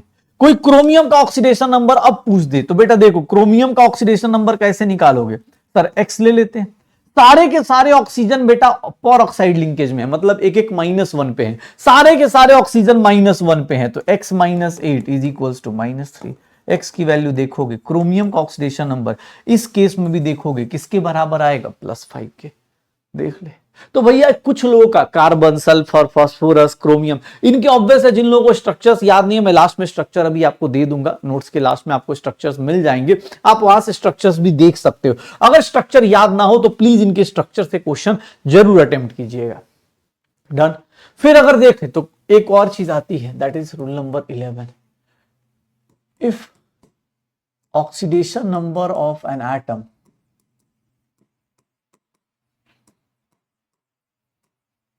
in a compound comes in fraction, अगर फ्रैक्शन में ऑक्सीडेशन नंबर आ रहा है then it must represent, that means वो किसको रिप्रेजेंट करेगा, that means it must represent average oxidation number of that atom. Oxidation, it must represent average oxidation number of that atom in the compound। Sir average oxidation number क्या होगा? Sir oxidation number अगर fraction में आ रहा है, अगर oxidation number fraction में आ रहा है, ठीक है, ऑक्सीडेशन नंबर अगर फ्रैक्शन में आ रहा है तो उस केस में याद रखिएगा, इस केस में याद रखिएगा कि एवरेज ऑक्सीडेशन नंबर को रिप्रेजेंट कर रहा है। मतलब ध्यान से देखो, फॉर एग्जाम्पल ये देखो C3O2 है, कार्बन का ऑक्सीडेशन नंबर निकाल के देखो, कार्बन का फॉर्मूले से निकाल के देखो बेटा, कार्बन का oxidation number 3x-4। Sir x की वैल्यू कितनी आ जाएगी, 4/3। सर 4/3 तुम्हें ही पता है, बॉन्ड 1 बनता है, 2 बनता है, 3 बनता है, ये ऐसे कैसे, मतलब आधा अधूरा बॉन्ड कैसे बन जाएगा? ऑक्सीडेशन नंबर का कॉन्सेप्ट यही था ना कि इधर से इलेक्ट्रॉन उधर जाएगा, उधर से इलेक्ट्रॉन इधर जाएगा, तो इलेक्ट्रॉन 1 जाएगा, 2 जाएगा, फ्रैक्शन में तो जाएगा नहीं। ये फ्रैक्शन कैसे आ गया? तो इसका रीजन है, ध्यान से देखिएगा, अगर आप ध्यान से देखें इसको तो ये देख लो, एक्चुअली इसमें जो इसका स्ट्रक्चर देख लो, एवरेज आने का मतलब, सर देख लो एवरेज कैसे निकालते हैं। इस कार्बन और ऑक्सीजन में तुम्हें ही पता है, ऑक्सीजन पे कितना ऑक्सीडेशन नंबर, -2, इस कार्बन पे कितना आ जाएगा, +2, इधर ऑक्सीजन पे कितना आ गया, -2, कार्बन पे कितना आ गया, +2। सर कार्बन और कार्बन के बीच में इस कार्बन का कितना होगा, 0। आप अगर कार्बन का एवरेज निकालेंगे, एवरेज ऑक्सीडेशन नंबर निकालेंगे तो that is equals to 4/3। Otherwise किसी भी कार्बन पे फ्रैक्शन में ऑक्सीडेशन नंबर नहीं आ सकता, क्योंकि बॉन्ड 1 होता है, 2 होता है, 3 होता है, कहीं फ्रैक्शन में ऑक्सीडेशन नंबर नहीं आता है। तो बॉन्ड बेटा हमेशा +2, 0, +2, ये ध्यान रखिएगा। ये देख लो सर, जब भी तुमसे बोला जाए C3O2 की बात कर रहा हूं, C3O2 की बात कर रहा हूं, ये देख ले भैया, x की वैल्यू कितनी हो जाएगी, 4/3 हो जाएगी, x की वैल्यू कितनी हो गई, 4/3। सर दूसरा एग्जांपल देख, Br3O8, अगर आप यहां पर निकालिए ब्रोमीन का ऑक्सीडेशन नंबर, अब ब्रोमीन निकालो, ब्रोमीन का oxidation number 3x-16 is equals to 0, x की वैल्यू कितनी आ गई, 16/3। सर ये फिर से किसका, आप कोई बोले सर 16/3, स्ट्रक्चर देखोगे सब चीज समझ जाओगे, और ये सारा एनसीईआरटी का स्ट्रक्चर है बेटा, क्वेश्चन आ चुके हैं, फिर से कभी भी आ सकते हैं, याद रखिएगा, आ चुके हैं कुछ क्वेश्चंस, और कुछ क्वेश्चन भैया जैसे ये स्ट्रक्चर आ चुका है, हो सकता है अगली बार वो स्ट्रक्चर पूछ ले, तो भैया देख लो नीट 2026, हो सकता है भाई ये स्ट्रक्चर पूछ ले, देख लेना। सर ये देखो, अब तुमसे बोलूं इस ब्रोमीन का कैलकुलेट करो, तो ब्रोमीन ब्रोमीन से तो नहीं खींचेगा, -2 ब्रोमीन पे +2, इधर -2 देख लो, सर इधर +2, इधर -2, इधर क्या हो गया, +2, इस ब्रोमीन का कितना है, +6, इस ब्रोमीन का भी कैलकुलेट करोगे +6 आएगा, इस ब्रोमीन का कैलकुलेट करोगे कितना आएगा, +4 आएगा। सर एवरेज निकाल दो, एवरेज ऑक्सीडेशन नंबर आप देखोगे, सर एवरेज कर रहे हो तो 16/3 आ रहा। अगर कभी भी ऐसा आता है तो याद रखिएगा, ऑक्सीडेशन नंबर कभी फ्रैक्शन में नहीं आ सकता, अगर कहीं फ्रैक्शन में दिया है मतलब वो एवरेज को ही रिप्रेजेंट कर रहा है। जैसे फॉर एग्जांपल Fe3O4 है, आयरन का ऑक्सीडेशन नंबर निकाल के देखो, सर आयरन का निकालोगे 3x-8 is equals to 0। Sir ये आ गया, तुम बोलोगे अरे सर ऐसा थोड़ी ही ना, देखो भाई आयरन 8/3 में एग्जिस्ट नहीं करता, एक्चुअली ये मिक्स्ड ऑक्साइड है। Fe3O4 ना बेटा मिक्स्ड ऑक्साइड ऑफ किसको बोलते हैं, iron plus Fe2O3, FeO plus Fe2O3। एक आयरन किसमें है, 1 आयरन प्लस 2 है, और 2 आयरन कैसे हैं, +3 में। सर टोटल चार्ज ऐड करके देखोगे 8/3 आ जाएगा। तो एवरेज ऑक्सीडेशन नंबर अगर कहीं आ रहा है, एवरेज ऑक्सीडेशन नंबर अगर कहीं आ रहा है तो भैया देख लो एवरेज ऑक्सीडेशन नंबर बेटा क्यों आ रहा है, उसका रीजन पता चल रहा है। वो हमेशा एवरेज ऑक्सीडेशन नंबर ही फ्रैक्शन में आ रहा है। फ्रैक्शन के अलावा भाई साहब फ्रैक्शन ऑक्सीडेशन नंबर तभी आता है जब आप एवरेज लेते हो। तो बेटा एक बेसिक सी चीज ऑक्सीडेशन नंबर, उसके बेसिक से रूल्स, कुछ लोगों का स्ट्रक्चर से कैलकुलेट करना है, कुछ लोगों का नॉर्मल कैलकुलेट कर सकते हो। तो इन रूल्स को फॉलो करो और ऑक्सीडेशन नंबर की कैलकुलेशन आप करते चले जाओ। इन्हीं रूल्स का फॉलो करना है, 10-11 रूल्स जो भी दिए गए हैं इन्हीं को फॉलो करना है, ऑक्सीडेशन नंबर कैलकुलेट करना है। ऑक्सीडेशन नंबर स्ट्रक्चर से बोले स्ट्रक्चर से कैलकुलेट कर, रूल से बोले रूल से कैलकुलेट कर लो। बस भैया क्वेश्चन करें भाई साहब, क्वेश्चन करें, शुरू करें क्वेश्चन को। भैया अब ऑक्सीडेशन नंबर, अच्छा ऑक्सीडेशन नंबर ज्यादा होगा, एक चीज और, ऑक्सीडेशन नंबर अगर बढ़ेगा तो क्या बोलेंगे बेटा, ऑक्सीडेशन नंबर अगर इंक्रीज हो रहा है, जैसे फॉर एग्जांपल ये देखो, ये देखिएगा MnO4 माइनस से अगर आप Mn+2 में जाते, बताएंगे क्या हो रहा है, ऑक्सीडेशन हो रहा है कि रिडक्शन हो रहा है, पहचानना सीख सकते। अब कोई पूछे सर अब रेडॉक्स में ऑक्सीजन, और उसको मत देख के बोलो, ये देखो मैग्नीज का ऑक्सीडेशन नंबर चेक करो कितना है, +7। कैसे आया, x - 8 इज इक्वल्स। बेटा आप जितना हो सकता है आज प्रैक्टिस कर लीजिएगा, डीबीपी अटेम्प्ट कीजिएगा, ताकि इसका ऑक्सीडेशन नंबर कितना है, +2। सर +7 से +2 जा रहे हैं, सर ये रिएक्शन क्या हो रहा है, सर ये रिएक्शन रिडक्शन हो रहा है। सर रिडक्शन हो रहा है किसका, MnO4 का। रिडक्शन समझ में आ रहा है कैसे हुआ, पता चल रहा है पक्का। सर एक चीज ये,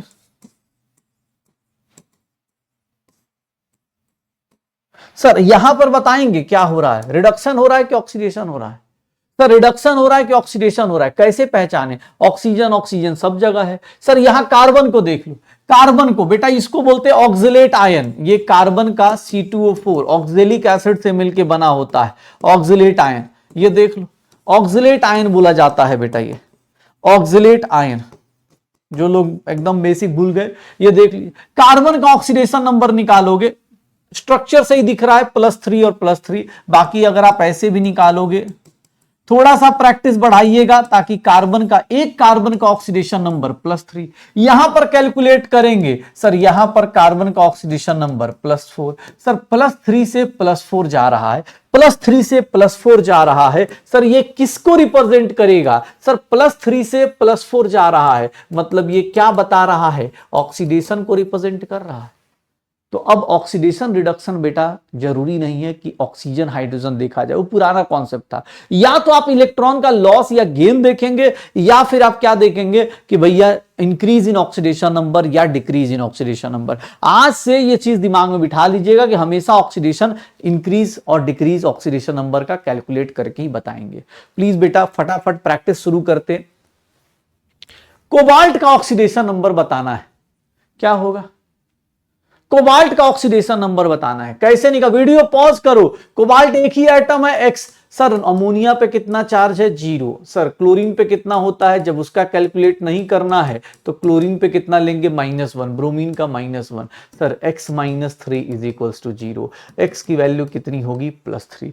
x की वैल्यू कितनी होगी, +3 होगी। x की वैल्यू कितनी हो जाएगी, +3 हो जाएगी। ये देखो ऐसे कंपाउंड जब भी आए, सर इसको तोड़ दिया करो, क्योंकि ये तुम्हें पता है अमोनियम आयन है और ये तुम्हें पता है नाइट्रेट आयन है। दोनों में फर्क क्या है, एक साइड नाइट्रोजन हाइड्रोजन से बॉन्डेड है और एक साइड नाइट्रोजन ऑक्सीजन से बॉन्डेड है। बेटा आप देख लो, सर अगर आप अलग अलग कैलकुलेट करोगे तो नाइट्रोजन का यहां पर ऑक्सीडेशन नंबर X, हाइड्रोजन +4 होता है, that is equals to +1। Video pause करो और अटेम्प्ट कर लो। सर यहां पर देखोगे x - 6, सर दोनों नाइट्रोजन। अब कोई बोले सर इसीलिए देखो, अब एक लाइन बोली गई थी, एक लाइन बोली गई थी, oxidation number is a relative charge. क्यों, देख लो रिलेटिव चार्ज क्यों है, सर दोनों नाइट्रोजन एटम ही है, लेकिन यहां पर -3 और यहां पर +5, दोनों का ऑक्सीडेशन नंबर अलग अलग आया, तो भैया इसके हिसाब से रिलेटिव चार्ज बोलते हैं। ये देखिएगा in the conversion of K2Cr2O4 to K2CrO4 oxidation number के साथ क्या हो रहा है, ऑक्सीडेशन नंबर के साथ क्या हो रहा है। सर क्रोमियम को देख लो, क्रोमियम यहां पर कैलकुलेट करो सर, यहां पर +2 -14 0, x की वैल्यू कैलकुलेट करोगे +6, यहां कैलकुलेट करो +2 + x -8 = 0, x की वैल्यू कैलकुलेट करोगे +6। तो जरूरी नहीं कि ऑक्सीजन को देख के बता रहे हैं, वो कॉन्सेप्ट बेटा आज के टाइम पर हटा देना। क्यों? क्योंकि भैया वो कॉन्सेप्ट जो है ऑक्सीडेशन नंबर वाला, याद रखिएगा ऑक्सीडेशन नंबर जो होता है सर वो मेजर फैक्टर है एज कंपेयर टू भैया ये ऑक्सीजन और हाइड्रोजन। भाई अगला क्वेश्चन देखो, अगला क्वेश्चन क्या कहता है, oxidation number of platinum in P2, मतलब सिस्प्लैटिन, ट्रांसप्लैटिन, आप ये सब चीजें बहुत ज्यादा चीजें पढ़ते हो यहां पर, बट अभी के लिए देखो ऑक्सीडेशन नंबर ऑफ प्लैटिनम क्या निकल के आता है। ये देखिएगा सर C2H4 इथीन है, तो इथीन का अपना कितना आएगा x, ये 0, और क्लोरीन का कितना आ जाएगा 3 × -1, ओवरऑल चार्ज कितना है -1, x - 3 = -1, x की वैल्यू +2। सर ये आपको कोऑर्डिनेशन कंपाउंड के एग्जांपल ज्यादा इसलिए करा रहा हूं क्योंकि आपको ही पता है कि दोनों चैप्टर्स मर्ज हो जाएंगे। ये देख लीजिए, अब इस रिएक्शन को देख के आप कैसे बता सकते हो कौन ऑक्सीडाइज हो रहा है कौन रिड्यूस हो रहा है। तो उसके लिए भैया आप ऑक्सीडेशन नंबर से बता सकते हैं। Mn पे कितना चार्ज है सर, ये देखो +7 है, यहां पर कितना है +2 है, +7 से आप कहां जा रहे हो +2 में। सर ये क्या हो रहा है, रिडक्शन हो रहा है, तो MnO4 क्या हो रहा है, रिड्यूस हो रहा है, MnO4 इज रिड्यूस्ड। अब बात करते हैं SO3 की, तो SO3 का ऑक्सीडेशन नंबर निकाल के देखो बेटा, यहां +4 होगा, x - 6 = -2, +4 आएगा। यहां पर सल्फर का निकाल के देखोगे +6 आएगा, तो +4 से +6 ये क्या हो रहा है, ऑक्सीडेशन। तो SO3 क्या हो रहा है, ऑक्सीडाइज हो रहा है। तो भैया अब ऐसे क्वेश्चन पूछे जाएंगे जहां पर ऑक्सीजन हाइड्रोजन देख के आप नहीं बता सकते, आपको ऑक्सीडेशन नंबर देखना है। कहां पर आयोडीन एटम की ऑक्सीडेशन स्टेट सबसे हाईएस्ट है, हाईएस्ट ऑक्सीडेशन स्टेट बता सकते हो कहां पर होगी। हर एक जगह आयोडीन का कैलकुलेट करना, हर एक जगह आयोडीन का बेटा, पोटेशियम का फिक्स्ड होता है, फ्लोरीन का भी फिक्स्ड ही है, हर एक जगह आयोडीन का कैलकुलेट करो, बताओ कहां पर। वीडियो पॉज करके अटेम्प्ट कर लो भाई साहब। सर +1 + 3x = 0, x की वैल्यू -1/3 आएगी। ये देख सर ये कितना है, +1 + x - 8 = 0, x की वैल्यू कितनी आएगी, +7 आएगी। सर ये देख लो, +1 + x - 6 = 0, x की वैल्यू कितनी आएगी, +5 आएगी। ये देख लो, +x - 5 = 0, x की वैल्यू कितनी आएगी, +5 आएगी। सबसे हाईएस्ट कहां आ रहा है सर, सबसे हाईएस्ट कहां जा रहा है, +7। तो आयोडीन एटम का हाईएस्ट ऑक्सीडेशन नंबर कहां आएगा सर, +7। ऑक्सीडेशन नंबर जब आप करते हो, उसके रूल्स डिफाइन करते हो, तो वहीं पर एक छोटी चीज एनसीईआरटी मिल जाती, that is known as stock notation. Stock notation है क्या, तो स्टॉक नोटेशन बेटा कुछ नहीं, ये क्या बोलते हैं, representation of elements, representation of elements with their oxidation number, with their oxidation number written in Roman letters. देख लो, मतलब आपको मैं ऐसा लिख रहा हूं, ये देख लीजिएगा, मैग्नीज 4 ऑक्साइड, मतलब क्या हो गया, ये देख लो, इसको स्टॉक नोटेशन बोलते हैं बेटा। मैग्नीज 4 ऑक्साइड मतलब Mn पे कितना चार्ज है, +4, ऑक्सीजन पे कितना है, -2। बेटा इधर 4 इधर 2, क्रिस क्रॉस मेथड बेटा याद कीजिएगा सर, इसको इससे मल्टीप्लाई करो। मैग्नीज 4 ऑक्साइड का मतलब क्या हो गया, MnO2 हो गया, MnO2 हो गया। मैग्नीज 4 ऑक्साइड मतलब आपको ऐसा ऑक्सीडेशन नंबर बगल में लिखा हो तो उसी को क्या बोल देते, स्टॉक नोटेशन बोल देते। अगर यहीं पर मैग्नीज 2 ऑक्साइड लिखा होता तो भैया इसको क्या बोलेंगे, MnO बोल देंगे। कैसे, अरे भैया ये देखो, Mn +2 ऑक्सीजन -2, इधर 2 इधर 2, 1 1 हो गया सर, इसको इससे मल्टीप्लाई कर दो, MnO आ जाएगा। तो बेटा स्टॉक नोटेशन कुछ नहीं, स्टॉक नोटेशन किसको बोलते हैं हम लोग, स्टॉक नोटेशन बेटा किसको बोल दिया जाता है, इसको बोल दिया जाता है, स्टॉक नोटेशन इसको बोल दिया जाता है। कहीं पर आपको बोल दिया जाए, कहीं पर आपको बोल दिया जाए कि सर ऐसा लिख दो, कॉपर 2 क्लोराइड। तो इसका मतलब क्या हो गया, कॉपर पे +2 है, क्लोरीन पे -1 है, इधर 2 इधर 1, इसको इससे मल्टीप्लाई, सर ये क्या हो गया, CuCl2 हो जाएगा। अगर यहीं पर कॉपर 1 क्लोराइड लिखा है, कॉपर 1 क्लोराइड लिखा हुआ है, कॉपर 1 क्लोराइड लिखा हुआ है, तो देख लो कॉपर पे +1, Cl पे -1, 1 1 हो गया, इसको इधर से इधर, सर ये क्या हो जाएगा, CuCl हो जाएगा। तो अब आपके ऊपर है, आप जो उस चीज को लेना चाहो, कॉपर 1 क्लोराइड, कॉपर 2 क्लोराइड, ये देख लो कॉपर 1 क्लोराइड, कॉपर 2 क्लोराइड, आप अपने हिसाब से कैलकुलेट कर लो। स्टॉक नोटेशन कुछ नहीं, representation of elements with their oxidation number written in romans, उसी को स्टॉक नोटेशन बोल देते हैं। तो ऑक्सीडेशन नंबर, बेटा ऑक्सीडेशन नंबर क्या है, सर एक चार्ज है। ऑक्सीडेशन नंबर क्या है, एक चार्ज है सर, जो क्या होता है एटम्स पे आता है, जब भी उसके आसपास के एटम्स की इलेक्ट्रोनेगेटिविटी को हम लोग चेक करते या रूल से हम लोग फाइंड आउट करते, तो ऑक्सीडेशन नंबर क्या है, एक चार्ज है। अब इस चार्ज से हमें क्या फायदा होता है, इस चार्ज से बेटा फायदा ये हो जाता है कि पहली बात आपको ये पता चल जाती है, एसिडिक एंड बेसिक स्ट्रेंथ पता चलनी शुरू होती है। ध्यान सुनिएगा सर, एसिडिक और बेसिक स्ट्रेंथ को आप कंपेयर कर सकते हो, एसिडिक एंड बेसिक स्ट्रेंथ को आप कंपेयर कर सकते हो। याद रखिएगा, अगर आपको एसिडिक की स्ट्रेंथ कंपेयर करनी है तो एसिडिक स्ट्रेंथ जो होता है it is directly proportional to oxidation number. अगर बेसिक स्ट्रेंथ कंपेयर करना है, अगर आप बेसिक स्ट्रेंथ कंपेयर करना चाहते हो तो बेसिक स्ट्रेंथ याद रखिएगा, it is inversely proportional to, it is inversely proportional to oxidation number, it is inversely proportional to oxidation number. Sir acidic strength और बेसिक स्ट्रेंथ ध्यान से देखिएगा सर, एसिडिक और बेसिक स्ट्रेंथ, कोई भी एटम दिया है, जैसे मान लो अगर मैं तुम्हें एक एग्जांपल दूं, ये देखो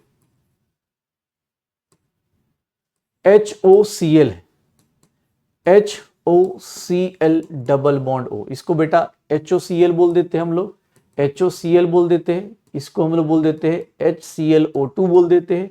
इस तरह का स्ट्रक्चर बनाया हुआ है, आप रेजोनेंस से लगाओगे तो और जल्दी आपका आंसर आ जाता है, लेकिन मैं यहां ऑक्सीडेशन नंबर से इसको प्रूफ करने की कोशिश करता हूं। ये देख लो double bond O, double bond O, double bond O, sir ये क्या हो जाएगा HClO4, ये देख लीजिएगा सर। यहां पर देखेंगे तो क्लोरीन का ऑक्सीडेशन नंबर निकाल के देख लो, क्लोरीन का ऑक्सीडेशन नंबर स्ट्रक्चर से निकालोगे बेटा यहां +1, यहां पर +3, स्ट्रक्चर से भी निकालोगे तो यहां +5, यहां पर कितना +7। बाकी जिन लोगों को रेजोनेंस पता है उनको क्या होता है कि यहां से H+ तोड़ दोगे, minus charge, chlorine withdrawing group है, minus single double bond, minus single double bond, दो जगह रेजोनेंस आ जाएगा। तो जिन लोगों को रेजोनेंस पता है उनके लिए तो रेजोनेंस से भी आ जाता है। याद रखिएगा, ऊपर से नीचे आऊंगा sir, oxidation number of chlorine क्या हो रहा है, ऑक्सीडेशन नंबर ऑफ क्लोरीन क्या हो रहा है, इंक्रीज हो रहा है। सर एसिडिक स्ट्रेंथ क्या होगा, क्लोरीन का एसिडिक स्ट्रेंथ क्या होगा, इंक्रीज होगा। अगर आप एसिडिक स्ट्रेंथ की बात करेंगे तो ऑक्सीडेशन नंबर से भी आप नॉन मेटल्स के केस में डिसाइड कर सकते हैं। जैसे मैं तुमसे बोल दूं कि भैया ये नाइट्रस एसिड है और नाइट्रिक एसिड है, बेटा ये नाइट्रस एसिड है, इसको बोलते हैं नाइट्रस एसिड, और ये नाइट्रिक एसिड है। नाइट्रस एसिड बेटा याद रखिएगा ऑर्गेनिक में खूब यूज होता है सर, सैंडमियर्स रिएक्शन इसी से चलती है। नाइट्रस एसिड और नाइट्रिक एसिड, नाइट्रोजन का ऑक्सीडेशन नंबर यहां देखो +3 है और यहां देखोगे +5 है। सर एसिडिक स्ट्रेंथ क्या होगी, इस तरफ पे डिपेंड करेगा, एसिडिक स्ट्रेंथ इस पे डिपेंड करेगा। सर आप ऑक्सीडेशन नंबर से नॉन मेटल्स के ऑक्साइड्स का, इन सब का एसिडिक स्ट्रेंथ भी बता सकते हो। एसिडिक स्ट्रेंथ बेटा ऑक्सीडेशन नंबर पे डायरेक्टली डिपेंड करती है। अब कोई बोले सर इसका रीजन, इसका कोवेलेंट बॉन्ड से बहुत ज्यादा रिलेशन होता है। अभी मैं कोवेलेंट बॉन्डिंग में नहीं घुसना चाहता, अभी आप डायरेक्ट याद रखिएगा, क्योंकि ऑक्सीडेशन नंबर जितना बढ़ता है, मतलब जितना ज्यादा कटायन चार्ज बढ़ता है ना, उतनी ज्यादा एक पोलराइजिबिलिटी होती है, बेटा वर्ड यूज किया जाता है, पोलराइजिबिलिटी बढ़ती है। पोलराइजिबिलिटी बढ़ेगी उतनी ज्यादा आप क्या करेंगे, आपका आयनिक कैरेक्टर बढ़ता है कोवेलेंट बॉन्ड के अंदर। वो एक फजांस रूल, ये सब चीजें आती हैं, वो वहां पर आप देखेंगे उस तरह की चीजें वहां पर मिलती है। बाकी अभी ऑक्सीडेशन नंबर से याद रखिएगा, एसिडिक और बेसिक स्ट्रेंथ जो होता है वो अपने पास कंपेयर कर सकते हैं। दूसरा, अगर आप ऑक्सीडेशन नंबर का एप्लीकेशन देखें तो दूसरा एप्लीकेशन यहां पर क्या आता है, दूसरा एप्लीकेशन क्या आता है, to identify oxidising and reducing agent, to identify oxidising and reducing agent, to identify oxidising and reducing agent. Sir identify कैसे करें? पहली बात, ऑक्सीडाइजिंग और रिड्यूसिंग एजेंट कौन होते हैं? सर ऑक्सीडाइजिंग और रिड्यूसिंग एजेंट कौन होते हैं? याद रखिएगा, ऑक्सीडाइजिंग एजेंट या फिर इसी को हम लोग क्या बोल देते हैं? ऑक्सीडेंट बोल देते हैं। ऑक्सीडाइजिंग एजेंट या फिर इसी को क्या बोल देते हैं? ऑक्सीडेंट बोल देते हैं। ऑक्सीडेंट की बात करेंगे तो ध्यान सुनिएगा, ऑक्सीडाइजिंग एजेंट ऑक्सीडेंट किसको बोलते हैं? Reactant, reactant which undergoes reduction itself, जिसका खुद का क्या हो रहा हो? रिडक्शन हो रहा हो। मतलब ऑक्सीडाइजिंग एजेंट कौन है? वो रिएक्टेंट है, रिएक्टेंट विच गेन इलेक्ट्रॉन।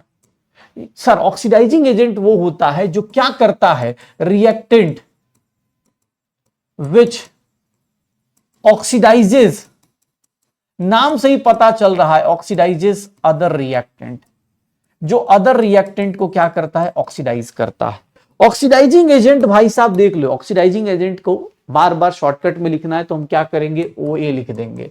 क्या लिख देंगे? OA लिख देंगे। ऑक्सीडाइजिंग एजेंट किसी रिएक्शन में पहचानना है तो उसका एक सिंपल सा तरीका कि भैया वो क्या करता है, उसका खुद का क्या होता है? रिडक्शन, दूसरे को क्या करता है? ऑक्सीडेशन। सर रिड्यूसिंग एजेंट अगर लिखना है तो भैया उसका जस्ट अपोजिट, अगर ऑक्सीडाइजिंग एजेंट पता चल गया तो रिड्यूसिंग एजेंट या फिर रिडक्टेंट की बात करेंगे, रिडक्टेंट की बात करेंगे तो देख लो सर ये क्या है? अगेन इसका opposite, reactant which undergoes oxidation itself, जो भैया खुद का ऑक्सीडेशन करे, खुद का ऑक्सीडेशन करे। जब खुद का ऑक्सीडेशन करेगा तो मतलब ये क्या करेगा? लूज करेगा electron. Reactant which loses electron, जो क्या कर रहा होगा? इलेक्ट्रॉन क्या कर रहा होगा? लूज करेगा। और जो लूज करेगा, रिएक्टेंट विच रिड्यूसेस अदर, तो उसको हम लोग क्या बोल देते हैं? उसको हम लोग क्या बोल देते हैं? सर रिड्यूसिंग एजेंट बोल देते हैं। उसको हम लोग क्या बोल देते हैं? रिड्यूसिंग एजेंट बोल देते हैं। तो ऑक्सीडाइजिंग एजेंट और रिड्यूसिंग एजेंट की कहानी को याद रखिएगा। ऑक्सीडाइजिंग एजेंट, रिड्यूसिंग एजेंट की कहानी को याद रखिएगा। सर ये कौन से रिएक्टेंट हो? जैसे कोई भी रिएक्शन ले लो, ये देखो, ये देख लो, ये बेटा बहुत बेसिक सी रिएक्शन है जो हर एक टाइम यूज होती है कि आप 10th क्लास से पढ़ते हैं कि जिंक कॉपर को डिस्प्लेस कर देता है। जिंक का ऑक्सीडेशन नंबर यहां देखोगे 0 है, कॉपर का यहां देखोगे +2 है, जिंक का यहां +2 हो गया, कॉपर का यहां पर क्या हो गया? 0। सर देख लीजिए, सर यहां पर क्या हो रहा है? जिंक खुद को क्या कर रहा है? ऑक्सीडाइज कर रहा है। खुद को क्या कर रहा है? ऑक्सीडेशन दे रहा है। कॉपर का क्या हो रहा है? रिडक्शन हो रहा है। कॉपर का क्या हो रहा है? रिडक्शन हो रहा है। सर ये रेडॉक्स रिएक्शन है। यस रेडॉक्स रिएक्शन है। कोई पूछ दे ऑक्सीडाइजिंग एजेंट बताओ, तो ऑक्सीडाइजिंग एजेंट किसको बोलोगे? सर रिएक्टेंट को लोगे कि प्रोडक्ट को लोगे? रिएक्टेंट को लेंगे। सर कौन सा रिएक्टेंट? जिसका खुद का क्या हो रहा है? सर खुद का रिडक्शन हो रहा है। खुद का क्या हो रहा है? रिडक्शन हो रहा है। अगर कोई पूछे रिड्यूसिंग एजेंट, तो रिड्यूसिंग एजेंट किसको लोगे? जिसका खुद का क्या हो रहा है? ऑक्सीडेशन हो रहा है। तो देख ये रिएक्टेंट की कहानी है। दो टाइप के रिएक्टेंट होते हैं, एक होता है जो खुद को ऑक्सीडाइज करे, दूसरे को रिड्यूस करे, और एक होता है जो खुद को रिड्यूस करे, दूसरे को ऑक्सीडाइज करे। तो ऑक्सीडाइजिंग एजेंट, रिड्यूसिंग एजेंट, हमेशा रिएक्टेंट को ही लेना होता है। हमेशा रिएक्टेंट को ही क्या करना होता है? कंसीडर करना होता है। याद रखिएगा, हमेशा रिएक्टेंट को ही कंसीडर करना होता है। डन। रिएक्टेंट को ही कंसीडर करना होता है। अब मुझे कैसे पता चलेगा किसी कंपाउंड को देख के कि वो ऑक्सीडाइजिंग एजेंट हो सकता है या नहीं हो सकता है? तो मैं क्या करूंगा, ध्यान से देखना। ऑक्सीडाइजिंग और रिड्यूसिंग पहचानते कैसे? एक तो हो गया रिएक्शन दी है तो मैं पहचान लूंगा, या फिर अगर कोई ऑक्सीडेशन नंबर से पहचानना है तो ऑक्सीडेशन नंबर से कैसे पहचानूंगा? ध्यान देखिएगा। If an element is present in its maximum oxidation state. एक बात बताओ, कोई अगर मैक्सिमम ऑक्सीडेशन नंबर पे है, मैक्सिमम ऑक्सीडेशन स्टेट पे प्रेजेंट है, मतलब अगर कोई एलिमेंट अपने मैक्सिमम ऑक्सीडेशन स्टेट पे प्रेजेंट है, कोई एलिमेंट अगर मैक्सिमम ऑक्सीडेशन स्टेट पे प्रेजेंट है, मतलब उससे ऊपर नहीं जा सकता, तो उससे ऊपर नहीं जा सकता तो उसके पास एक ही चॉइस है। अगर मान लो मेरे पास 100 में से 100 आ गए तो इसके ऊपर तो अब ज्यादा मार्क्स आ नहीं सकते, तो मेरे पास अब मेरे साथ एक ही कंडीशन हो सकती है कि भाई मेरी रैंक कहां आ जाए, नीचे आ जाए, मेरे मार्क्स कहां आ जाए, नीचे आ जाए। मतलब मैं एक ही काम कर सकता हूं। अगर मैं अपने हाईएस्ट ऑक्सीडेशन स्टेट पे हूं तो भैया ये क्या शो करेगा, then it can only show reduction and can behave only as, जब खुद का रिडक्शन करेगा तो दूसरे को क्या करेगा, ऑक्सीडाइजिंग एजेंट। याद रखिएगा बेटा, अगर कोई एलिमेंट अपने ऑक्सीडेशन स्टेट के हाईएस्ट ऑक्सीडेशन स्टेट पे पहुंचा हुआ है तो समझ जाइए कि भैया वो क्या करेगा, हमेशा वो ऑक्सीडाइजिंग एजेंट की तरह ही काम कर सकता है। क्यों? क्योंकि वो खुद का क्या करेगा, it can only show reduction. Sir reduction of itself लिख देता हूं, पता चला आप किसी और का रिडक्शन ना करवा दें। खुद का क्या कर सकता है, सिर्फ और सिर्फ रिडक्शन कर सकता है, तो दूसरे को क्या करेगा, ऑक्सीडाइज करेगा। दूसरे को क्या करेगा, ऑक्सीडाइज करेगा। सिमिलरली भैया अगर कोई element, if an element is present in, if an element is present in its lowest या minimum oxidation state, अगर वो मिनिमम ऑक्सीडेशन स्टेट पे है बेटा, उससे नीचे नहीं जा सकता, वो इससे नीचे नहीं जा सकता, ऑक्सीडेशन स्टेट अपने मिनिमम पे है, मिनिमम ऑक्सीडेशन स्टेट पे है, तो बेटा उस केस में क्या करेगा वो, अब इससे नीचे नहीं आ सकता, इससे नीचे रिड्यूस नहीं हो सकता, इससे ज्यादा डिक्रीज नहीं कर सकता, तो उस केस में वो क्या शो करेगा, it can only show oxidation of itself. खुद का क्या करेगा, ऑक्सीडेशन करेगा, oxidation of itself and can behave only as reducing agent, it can behave only as reducing agent। Sir उस केस में वो सिर्फ और सिर्फ किसकी तरह बिहेव करे, रिड्यूसिंग एजेंट की तरह। लेकिन अगर कोई बोले कि भैया अगर कोई एलिमेंट बीच में है तो, if an element is present in between highest and lowest oxidation state, highest and lowest oxidation state उन दोनों के बीच में है, then it can behave as both oxidizing as well as reducing agent, oxidizing as well as, फिर उस case में वो क्या होगा बेटा, वो कुछ भी बिहेव कर सकता है। अगर ऑक्सीडाइज करेगा तो रिड्यूसिंग एजेंट की तरह बनेगा। सर देख लो, it can behave as either oxidising, अरे ईदर लिखना था, बोथ एक साथ नहीं होता बेटा, दोनों में से ईदर एज ऑक्सीडाइजिंग और रिड्यूसिंग एजेंट। जैसे क्लोरीन है, अब देखो क्लोरीन के केस में, क्लोरीन का बेटा lowest oxidation number -1, chlorine can show 0, chlorine can show +1, chlorine can show +3, chlorine can show +5, chlorine can show sir +7। Sir chlorine जो है ना ऑक्सीडेशन नंबर में देख लो, इतने सारे ऑक्सीडेशन नंबर शो कर सकता है। लेकिन अगर क्लोरीन कहीं -1 में प्रेजेंट है, अगर कहीं क्लोरीन -1 में प्रेजेंट है तो ओनली किसकी तरह बिहेव करेगा, रिड्यूसिंग एजेंट। क्यों? क्योंकि -1 में है तो बेटा वो सिर्फ और सिर्फ ऑक्सीडाइज हो सकता है, इससे नीचे वो जा नहीं सकता, तो वो खुद को क्या करेगा, ऑक्सीडाइज करेगा, और जब खुद को ऑक्सीडाइज करेगा तो दूसरे को क्या करेगा, रिड्यूस करेगा। लेकिन क्लोरीन +7 के पास देखो, क्लोरीन अपने हाईएस्ट पे, अगर वो हाईएस्ट पे है तो उसके पास एक ही ऑप्शन है, ओनली ऑक्सीडाइजिंग एजेंट, सिर्फ और सिर्फ किसकी तरह, ऑक्सीडाइजिंग एजेंट। क्यों? क्योंकि ये इससे ऊपर नहीं जा सकता, +7 के ऊपर +9 नहीं हो सकता, मतलब खुद को ऑक्सीडाइज नहीं कर सकता। जब खुद को ऑक्सीडाइज नहीं कर सकता तो ये रिड्यूस ही करेगा, और जब खुद को रिड्यूस करेगा तो दूसरे को क्या करेगा, ऑक्सीडाइजिंग एजेंट। लेकिन ये इन बिटवीन वाले लोग जो होते हैं कैन बिहेव एज ऑक्सीडाइजिंग और रिड्यूसिंग एजेंट, दोनों की तरह बिहेव कर सकते हैं। जैसे सल्फर है, ये देखो सल्फर, सर -2, ये देखो sulphur -2, sulphur 0, sulphur +2, sulphur +4, sulphur +6। Sulphur यहां से लेकर यहां तक का सारा ऑक्सीडेशन नंबर शो करता है। अगर मैं तुमसे बोलूं तो बेटा ये देख लो, only reducing agent, only oxidising agent, highest वाला ऑक्सीडाइजिंग एजेंट, इन बिटवीन वाला सर वो कुछ भी हो सकता है, can be have as oxidizing और रिड्यूसिंग एजेंट, कुछ भी बिहेव कर सकते हैं।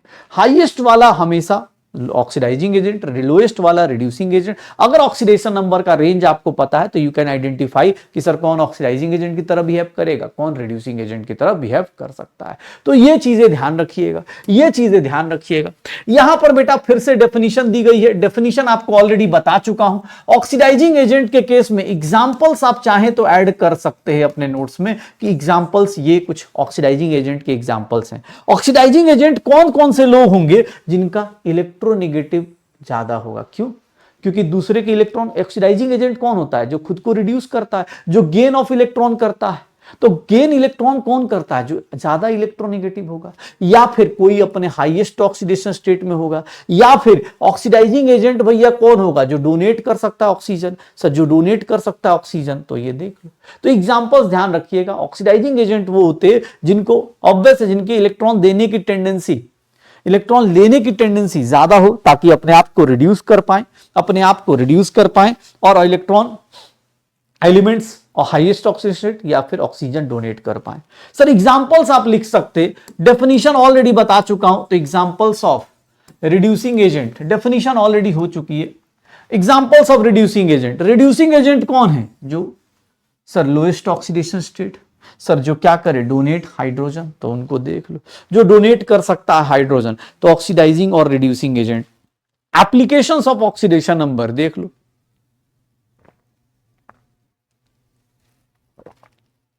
हो जाएगा। एप्लीकेशंस ऑफ ऑक्सीडेशन नंबर ये कर सकते हो।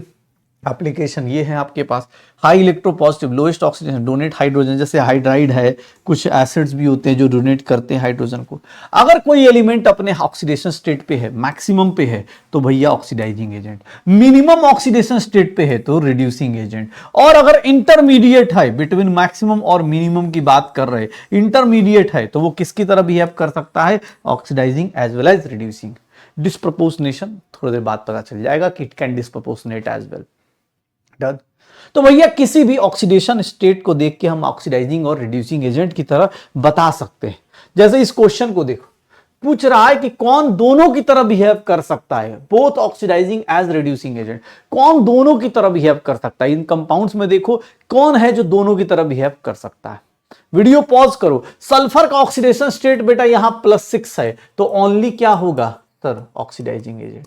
सल्फर +4 है, सर सल्फर -2 है, नाइट्रोजन +5 है, अपने हाईएस्ट पे है, तो ये क्या होगा? Only oxidising agent. ये अपने लोएस्ट पे है तो ओनली रिड्यूसिंग एजेंट, और यहां इन बिटवीन है तो it can oxidising plus reducing agent.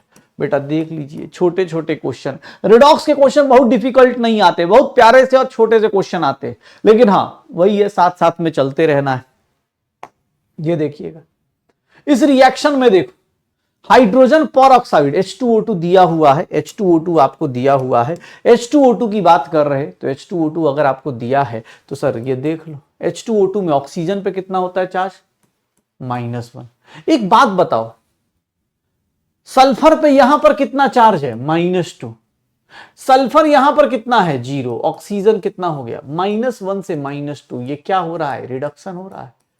Sir खुद का रिडक्शन हो रहा है तो दूसरे को क्या करेगा? ऑक्सीडाइज करेगा। ये देख लो, ये खुद को क्या कर रहा है? ऑक्सीडाइज कर रहा है। तो ऑक्सीडेशन अगर खुद का हो रहा है तो रिड्यूसिंग एक्शन होगा। तो सर यहां पर रिड्यूसिंग एजेंट, ऑक्सीडाइजिंग एजेंट देख लो। ऑक्सीडाइजिंग एजेंट कौन है यहां पर? H2O2 है।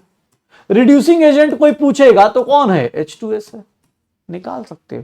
तो ये छोटी छोटी चीजें पूछी जाएंगी। तो भैया देख लो, पहली चीज ऑक्सीडेशन नंबर कैसे निकालते हैं, ऑक्सीडेशन नंबर कैसे निकालते हैं। दूसरी चीज, ऑक्सीडेशन नंबर निकालने के बाद उसका स्टॉक नोटेशन निकाला। स्टॉक नोटेशन करने के बाद एप्लीकेशंस ऑफ ऑक्सीडेशन नंबर की, भैया एप्लीकेशन क्या क्या होते, किस तरह के होते हैं, पक्का हो जाएगा। तो एप्लीकेशंस ऑफ ऑक्सीडेशन नंबर कर लोगे, एप्लीकेशंस ऑफ ऑक्सीडेशन नंबर कर लोगे। सर रिड्यूसिंग एजेंट बता सकते हो, रिड्यूसिंग एजेंट बता सकते हो क्या होगा? देख लो, रिड्यूसिंग एजेंट बता सकते हो। देखो कौन होगा रिड्यूसिंग एजेंट, करो कैलकुलेट। ऑक्सीडेशन नंबर देखो बेटा, यहां पर कार्बन का ऑक्सिलेट आयन है +3 होता है, कार्बन का यहां पर +4 होता है। सर कार्बन का क्या हो रहा है, ऑक्सीडेशन। मैग्नीज है बेटा +7 है और मैग्नीज यहां पर +2 है। सर अगर तुमसे कोई पूछे ऑक्सीडाइजिंग एजेंट बताओ, तो जिसका रिडक्शन हो रहा है, जिसका रिडक्शन हो रहा है वो ऑक्सीडाइजिंग एजेंट, और जिसका ऑक्सीडेशन हो रहा है वो क्या हो गया सर, रिड्यूसिंग एजेंट। जिसका ऑक्सीडेशन हो रहा है वो रिड्यूसिंग एजेंट, जिसका रिडक्शन हो रहा है वो ऑक्सीडाइजिंग एजेंट। रिडक्टेंट पूछ रहा है तो रिडक्टेंट कौन होगा, C2O4-2। सर रिड्यूसिंग एजेंट कौन है, C2O4-2। तो ये हमारा रिडक्टेंट हो जाएगा, पक्का हो जाएगा सर, श्योर है। तो हमारे पास oxidation number, applications of oxidation number, ये कुछ चीजें हैं, ध्यान देखिएगा। ये कुछ स्ट्रक्चर्स हैं, जिन लोगों को स्ट्रक्चर्स याद नहीं है उनके लिए बस बता रहा हूं कि ये स्ट्रक्चर्स हैं। यहां थोड़ा डबल बॉन्ड मिसिंग हो गया है, डबल बॉन्ड थोड़ा सा बेटा मिसिंग हो गया है, इसका ध्यान रखिएगा। ये स्ट्रक्चर्स, जिनको स्ट्रक्चर अभी पी ब्लॉक के नहीं याद है वो लोग यहां से स्ट्रक्चर्स देख सकते हैं। ये कुछ स्ट्रक्चर्स हैं सल्फर के एसिड्स के। भैया जिनको स्ट्रक्चर्स नहीं आते हैं फटाफट ये स्ट्रक्चर्स अपने नोटबुक में ऐड कर लीजिएगा, क्योंकि ये बहुत काम के स्ट्रक्चर्स होंगे बेटा आपके लिए। डबल बॉन्ड उड़ गया है सर, ये नाम याद रहे चाहे ना रहे, फास्फोरस के एसिड्स, फास्फोरस के एसिड्स या फास्फोरस के ऑक्साइड्स, बोरॉन के एसिड्स, बोरॉन के ऑक्साइड्स, सल्फर के एसिड्स, सल्फर के ऑक्साइड्स, तो ये चीजें ध्यान रखिएगा, पक्का हो जाएगा। तो बेटा आज की जो मेजर कहानी थी वो थी कि भैया ऑक्सीडेशन नंबर का यूज, ऑक्सीडेशन नंबर कैलकुलेट करना और ऑक्सीडेशन नंबर के ऊपर डिस्कशन करना। मेजर जो कहानी आज की, जो मेजर पॉइंट बोले तो वो ऑक्सीडेशन नंबर है, ठीक है। एप्लीकेशंस ऑफ ऑक्सीडेशन नंबर, कुछ लोगों का स्ट्रक्चर नहीं पता था तो इसलिए मैंने स्ट्रक्चर दे दिया है, बाकी आप इनऑर्गेनिक पढ़ोगे ये सारे स्ट्रक्चर्स मिल जाते हैं। अब कोई ज्यादा दिमाग नहीं लगना, आप सत्संग सुनना है। सत्संग क्या है, टाइप्स ऑफ रेडॉक्स रिएक्शन। बेटा रेडॉक्स रिएक्शन के टाइप्स ऑफ रेडॉक्स सत्संग है बेटा, आराम से आप एनसीईआरटी जाके भी इसको पढ़ सकते हैं, मैं आपको अभी बता दूंगा जो पॉइंटर्स मैं चाहता हूं। टाइप्स ऑफ रेडॉक्स रिएक्शन, अगर हम पहले टाइप पे डिवाइड करें तो पहला टाइप आता है that is intermolecular redox reaction, intermolecular redox reaction. और एक को बोलते हैं, देख लो, दूसरा होता है intramolecular redox reaction, intramolecular redox reaction. Redox reaction बेटा किसको बोलते हैं, जहां रिडक्शन और ऑक्सीडेशन दोनों साथ साथ हो रहे हैं। रेडॉक्स रिएक्शन का दूसरा टाइप देखोगे तो वो आता है जो आपने 10th क्लास तक पढ़ा होता है, redox combination reaction, redox combination reaction, redox decomposition reaction, टूटने का रिएक्शन। बस रेडॉक्स वर्ड यूज कर रहा है, समझ जाना कि भैया रिडक्शन और ऑक्सीडेशन साथ में होना चाहिए। मतलब आपको sir increase in oxidation number, decrease in oxidation number होना चाहिए। Redox displacement reaction, redox displacement reaction, and fourth one disproportionation reaction. थोड़ा सा कहानी सुन लो फिर हम लोग आगे की तरफ चले जाएंगे। डिस्प्रपोर्शनेशन रिएक्शन, ध्यान सुनिएगा। अगर redox disproportionation reaction, redox combination reaction पे आए, पहले उससे पहले इंटरमॉलिक्यूलर इंट्रामॉलिक्यूलर को देखते हैं। सर इंटरमॉलिक्यूलर किसको बोलते हैं, अगर इंटरमॉलिक्यूलर की हम बात करें तो इंटरमॉलिक्यूलर क्या होता है कि two different reactant molecules undergoes oxidation and reduction simultaneously and reduction simultaneously। मतलब ये देखो, जैसे इंटरमॉलिक्यूलर का मतलब क्या हो गया कि भाई साहब मैं क्या कर रहा हूं, जिंक ये कर रहा हूं, zinc plus copper sulphate, zinc sulphate plus copper. यहां पर दो अलग अलग लोग हैं, यहां पर देखोगे दो अलग अलग लोग हैं, मतलब एक मॉलिक्यूल आपस में इंटरमॉलिक्यूलर। इंटरमॉलिक्यूलर मतलब कि भैया दो अलग अलग लोग हैं, वो आपस में रिएक्ट कर रहे, एक को ऑक्सीडाइज कर रहे, एक भैया जिंक क्या हो रहा है, ऑक्सीडाइज हो रहा है, जिंक क्या हो रहा है, ऑक्सीडाइज हो रहा है, और कॉपर देख लो, कॉपर क्या हो रहा है, रिड्यूस हो रहा है। तो ये दो अलग अलग लोग अपने अपने हिसाब से ऑक्सीडाइज और रिड्यूस कर रहे होंगे। कॉपर बेटा 0, इसको बोलते हैं इंटरमॉलिक्यूलर रेडॉक्स रिएक्शन। यहां पर ऑक्सीडाइजिंग और रिड्यूसिंग एजेंट अभी आपको निकालना सिखाया गया है। दूसरी चीज जो आती है that is known as intramolecular redox reaction. यहां पर क्या होता है कि एक ही मॉलिक्यूल है, यहां पर क्या होता है, only one type of reactant, सिर्फ एक ही मॉलिक्यूल है अंडरगो ऑक्सीडेशन एंड रिडक्शन, एक ही टाइप का मॉलिक्यूल है और वही ऑक्सीडेशन और रिडक्शन साइमल्टेनियसली जा रहा है। जैसे ये देखो, क्लोरीन का ऑक्सीडेशन नंबर देखोगे +5 है, ऑक्सीजन का कितना है -2, पोटेशियम का +1। सर इसको डिकम्पोज कर दें तो यहां पर हमें मिल जाता है 2KCl + 3O2। सर KCl के ऊपर देखोगे, क्लोरीन के ऊपर कितना आ गया -1, पोटेशियम +1, पोटेशियम में कोई चेंज नहीं। देख लो क्लोरीन क्या हो रहा है, रिड्यूस कर रहा है, क्लोरीन का क्या हो रहा है, रिडक्शन। ऑक्सीजन का क्या हो रहा है, ऑक्सीडेशन। ऑक्सीजन का क्या हो रहा है, ऑक्सीडेशन।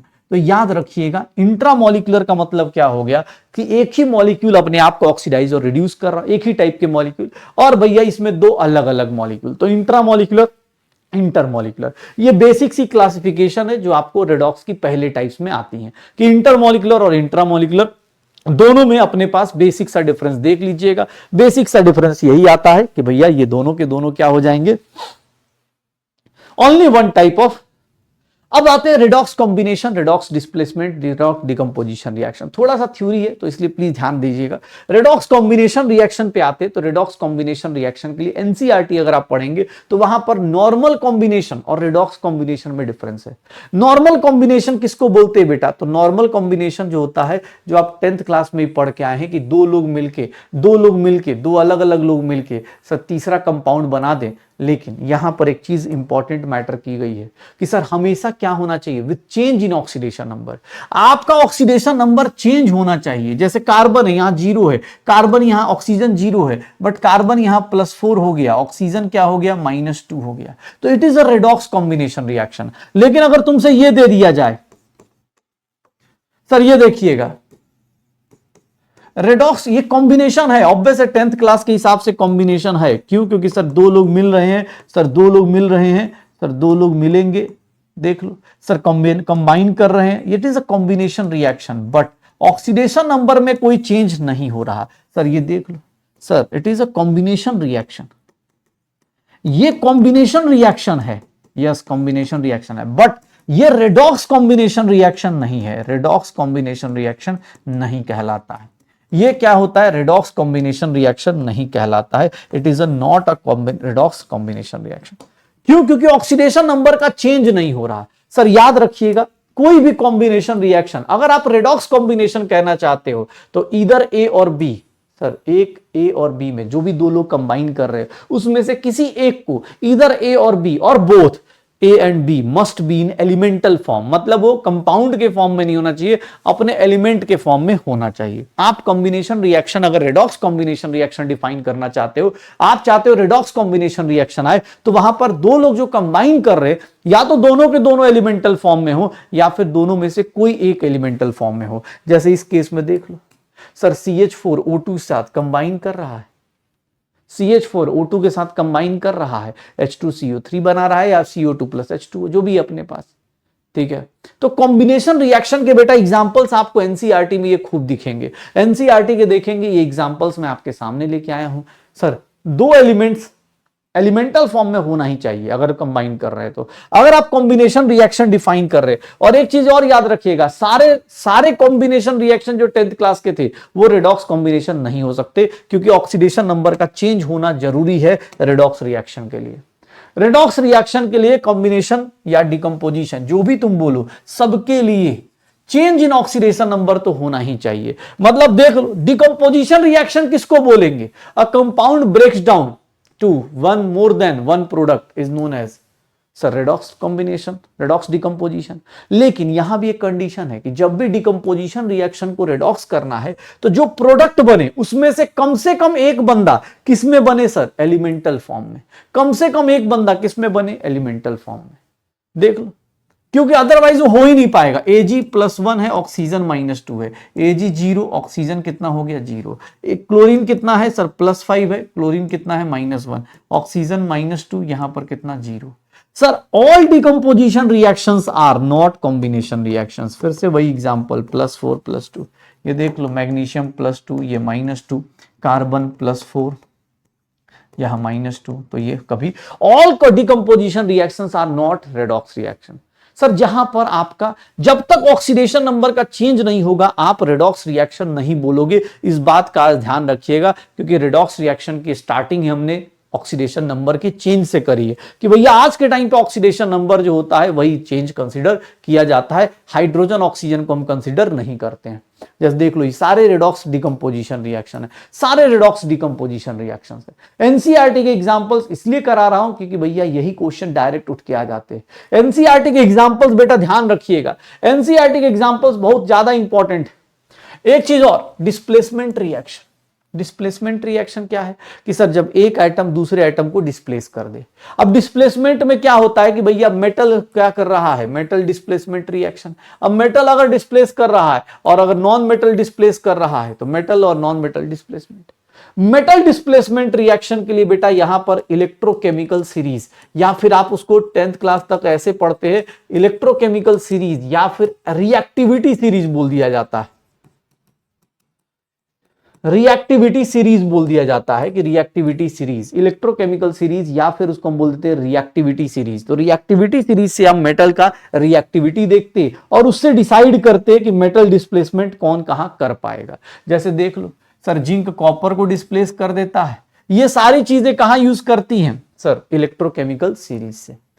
सर रिएक्टिविटी सीरीज अगर आपको याद करना हो तो रिएक्टिविटी सीरीज के लिए इलेक्ट्रोकेमिकल सीरीज भैया याद रखिएगा क्या होता है, लेकर भारत सरकार का नाम, ये ऐसे होता है लेकिन इसमें रिएक्टिविटी जो होती है बेटा ये ज्यादा रिएक्टिव होता है। ये हम रिडक्शन पोटेंशियल के हिसाब से बता रहे होते। लेकर भारत सरकार का नाम, मांगो ऑल मिनरल वाटर, जिद करो फिर चाहे सीएम हो चाहे डीएम हो, कोई नहीं सुनने वाला, बस प्रभु है। बेटा जितना इधर जा रहे उतनी रिएक्टिविटी कम हो रही है। सर क्यों इंडिया आगे होगा ब्रो, जब पटना और कलकत्ता में गोल्ड फेंक कर, पटना और कलकत्ता में गोल्ड फेंक कर लोग पानी खरीद रहे। तो एक सिंपल सी कहानी है, लेकर भारत सरकार का नाम, मांगो ऑल मिनरल वाटर, जिद करो फिर चाहे सीएम हो चाहे डीएम हो, कोई नहीं सुनने वाला, प्रभु है, क्यों इंडिया आगे होगा ब्रो, जब पटना और कलकत्ता में सर गोल्ड फेंक कर लोग पानी खरीद रहे। तो इलेक्ट्रोकेमिकल सीरीज को याद रखना है।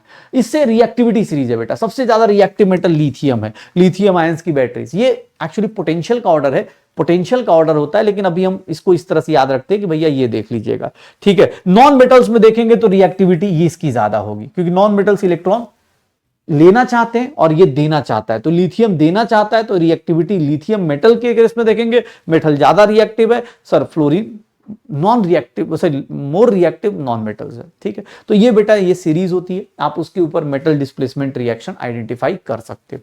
जैसे यही एनसीईआरटी में दिया हुआ है, यही एनसीईआरटी में आपको ये एग्जांपल्स दिए हुए हैं। याद रखिएगा भाई साहब, एनसीईआरटी के एग्जांपल्स बहुत ज्यादा जरूरी है।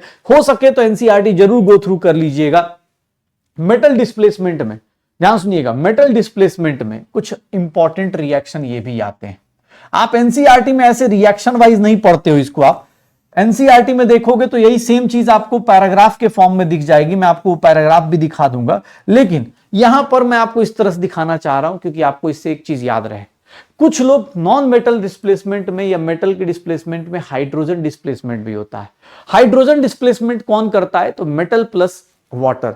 सर मेटल वाटर के साथ कुछ लोगों के केस में जैसे रिएक्टिव मेटल्स हैं like alkali metals, calcium, strontium, barium, ये सब ये क्या करते हैं भैया, ये पानी से भी रिएक्ट कर जाते हैं और हाइड्रोजन गैस डिस्प्लेस कर देते हैं। तो it is hydrogen displacement reaction. कुछ मेटल्स ऐसे हैं जो लेस रिएक्टिव है लाइक एल्यूमिनियम, मैग्नीशियम, वो पानी से नहीं रिएक्ट करते, स्टीम से रिएक्ट करते हैं और हाइड्रोजन गैस डिस्प्लेस कर देते हैं। और कुछ मेटल्स भैया पानी से भी नहीं करते, वो HCl से रिएक्ट करते हैं और हाइड्रोजन गैस डिस्प्लेस कर देते हैं। तो ये रिएक्शंस देख लीजिएगा, यहां से ऑब्वियस एनसीईआरटी में है तो आपको पता होना चाहिए, क्योंकि एनसीईआरटी का ये क्वेश्चन आप डायरेक्ट आपको एग्जाम हॉल में मिल चुका है, ठीक है, डायरेक्ट आपको याद आता है। तो याद रखिएगा एनसीईआरटी के एग्जांपल। एनसीईआरटी में ऐसे तो नहीं बनाया हुआ है, एनसीईआरटी में ये दिया हुआ है, एनसीईआरटी में ऐसे ऐसे दे रखा है। एनसीईआरटी में आप देखेंगे, आप अगर एनसीईआरटी देखें तो आपको वही बोलेगा कि भाई साहब सर ये वेरी गुड रिडक्टेंट होते हैं, रिड्यूसिंग एजेंट होते, ये हाइड्रोजन को कोल्ड वाटर से भी डिस्प्लेस कर देते हैं। लेकिन अगर एनसीईआरटी में देखोगे तो फिर से वही, less reactive metals like magnesium and iron react with steam. Steam मतलब बेटा ये वाटर गैस होता है। सर ये क्वेश्चन आपको पूछा गया है। ये क्या है सर? डिस्प्लेसमेंट रिएक्शन है, डिस्प्लेसमेंट है। क्या हो रहा है? मेटल क्या कर रहा है? हाइड्रोजन को डिस्प्लेस कर रहा है। मेटल खुद को ऑक्सीडाइज कर रहा है, हाइड्रोजन को डिस्प्लेस कर रहा है। ध्यान से देखिएगा, कुछ लोग, सर ये देख लो, कैडमियम और टिन जो होते हैं बेटा, कैडमियम और टिन जो होते हैं भाई साहब, कुछ ऐसे मेटल्स होते हैं जो भैया एसिड से भी रिएक्ट नहीं करते। सर ये देख लो, सर ये एसिड से भी रिएक्ट नहीं करते। कुछ एसिड से रिएक्ट करते हैं सर, कुछ एसिड से रिएक्ट करते हैं, बट कुछ ऐसे भी होते हैं जो स्टीम से रिएक्ट ना करे। जैसे कैडमियम और टिन का एग्जांपल दिया गया है, देख लो। कुछ जिंक, मरकरी, आयरन, ये देख रहे हो एसिड से हाइड्रोजन डिस्प्लेस कर रहे हैं। तो ये एग्जांपल्स आपको एनसीईआरटी में थोड़ा सा अजीब सा दिया हुआ है, अलग अलग तरीके से।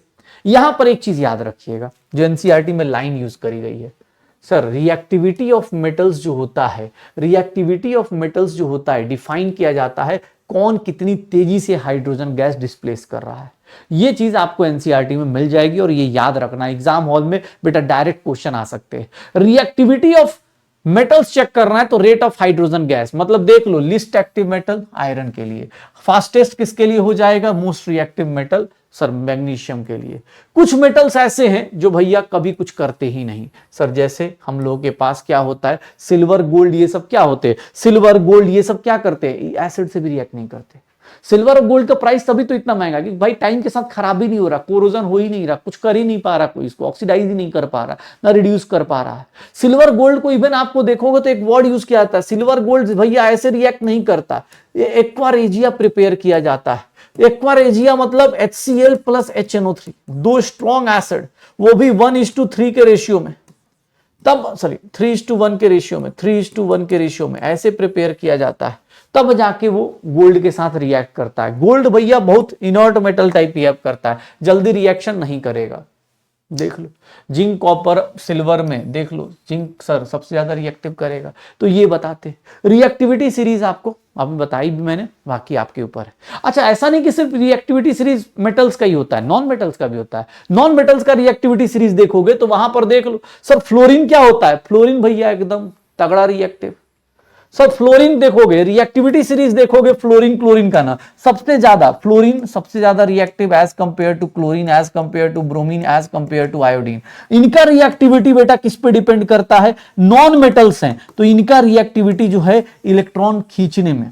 फ्लोरीन क्लोरीन का इलेक्ट्रॉन ले सकता है, ब्रोमीन का ले सकता है, आयोडीन का ले सकता है। फ्लोरीन इसका इसका इलेक्ट्रॉन, इसका इलेक्ट्रॉन, इसका इलेक्ट्रॉन ले सकता है। क्लोरीन सिर्फ अपने से नीचे वाले का ले सकता है। ब्रोमीन क्या करेगा? सिर्फ और सिर्फ आयोडीन का इलेक्ट्रॉन खींच सकता है। तो इसको हम लोग बेटा यूज करने के लिए इंडस्ट्रीज में बहुत ज्यादा यूज करते हैं। फ्लोरीन की रिएक्टिविटी एनसीईआरटी में दे रखी है, इतना रिएक्टिव है कि पानी को भी, पानी से क्या निकाल देता है सोचो, पानी से ऑक्सीजन गैस डिस्प्लेस कर देता है। तो बेटा ये एनसीईआरटी के रिएक्शंस हैं, प्लीज इसको आप, यहां फ्लोरीन है बेटा, फ्लोरीन सॉरी Fe2 लिखा, फ्लोरीन पानी से सोचो, पानी से वाटर से ऑक्सीजन गैस डिस्प्लेस करा देता है। फ्लोरीन इतना ज्यादा, देखो क्लोरीन क्या कर रहा है? ब्रोमीन से रिएक्शन। क्लोरीन क्या कर रहा है? आयोडीन से रिएक्शन। सर देख लो, इनको हम लोग बोल देते हैं कि भैया क्लोरीन और ब्रोमीन देख रहा है, क्लोरीन क्या कर रहा है? ब्रोमीन कर रहा है। कि सर इसीलिए एक रीजन भी बोला जाता है कि सर बिकॉज ऑफ, क्योंकि अगर आप देखें फ्लोरीन के साथ रिएक्शन कराओगे, ये देखो फ्लोरीन के साथ आप रख दो, ये देखो F2 के साथ Cl- रख दो, एक्वस मीडियम में रख दो, भाई साहब फ्लोरीन सोचेगा भी नहीं, फटाफट किसमें खुद को रिड्यूस करेगा और क्लोरीन गैस क्या करेगा? इवॉल्व करा देगा। इसीलिए कभी भी देखोगे तो ये रीजन देख लो, एनसीईआरटी में लिखा हुआ है कि भैया कभी भी डिस्प्लेसमेंट रिएक्शन एक्वस मीडियम में नहीं करते, क्योंकि फ्लोरीन क्या करता है? डिस्प्लेस कर देता है। क्लोरीन देखो ब्रोमीन और आयोडीन को डिस्प्लेस कर देता है। तो ये छोटी छोटी डिस्प्लेसमेंट रिएक्शन की बातें कर लेना। क्लोरीन ब्रोमीन को रिड्यूस कर रहा है, क्लोरीन आयोडीन को रिड्यूस कर रहा है। इन्हीं को हम लोग क्या कर देते हैं? लेयर टेस्ट बोल देते हैं। कलर होता है ब्रोमीन का, जैसे AgBr बनेगा, AgCl व्हाइट कलर का होता है, AgBr येलो होता है, AgI थोड़ा सा अपने पास डार्क येलो हो जाएगा। तो उस तरह के कलर से हम लोग चेक कर सकते हैं, कलर टेस्ट हो जाता है। डिस्प्लेसमेंट रिएक्शन में वही सब चीजें हैं, डिस्प्लेसमेंट रिएक्शन देख लो, ऑक्सीडाइजिंग पावर, सारी चीजें मैंने ऐसे हाईलाइट कर दी हैं। आप एनसीईआरटी से इसको बेटा कर सकते हो, एनसीईआरटी से आप इसको कर सकते हो कि भाई ये हैलोजेंस का रिएक्शन है, डायरेक्ट कुछ ऐसा है नहीं, ठीक है। हैलोजेंस की रिएक्शन अटेम्प्ट कीजिएगा बेटा, आज क्या करना है, DPP01। बढ़िया, ऑक्सीडेशन नंबर की प्रैक्टिस जरूर कर लीजिएगा। और सर एनसीईआरटी से read types of redox reaction, एक बार एनसीईआरटी से जरूर रीड करिएगा।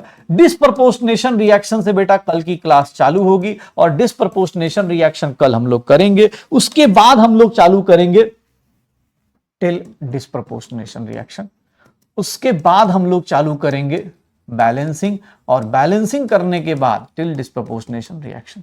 भैया कल हम लोग रेडॉक्स रिएक्शन का बैलेंसिंग करेंगे और देखेंगे क्या क्या चीजें होती हैं। थोड़ा सा types of redox reaction theory वाला पार्ट थोड़ा देख लीजिएगा, एक बार रिवाइज जरूर कीजिएगा। और combination reaction, decomposition reaction, displacement reaction, ये 3 रिएक्शन एनसीईआरटी से गो थ्रू जरूर करना, क्योंकि इनऑर्गेनिक से बहुत सारी चीजें मैच कर रही होंगी, ठीक है।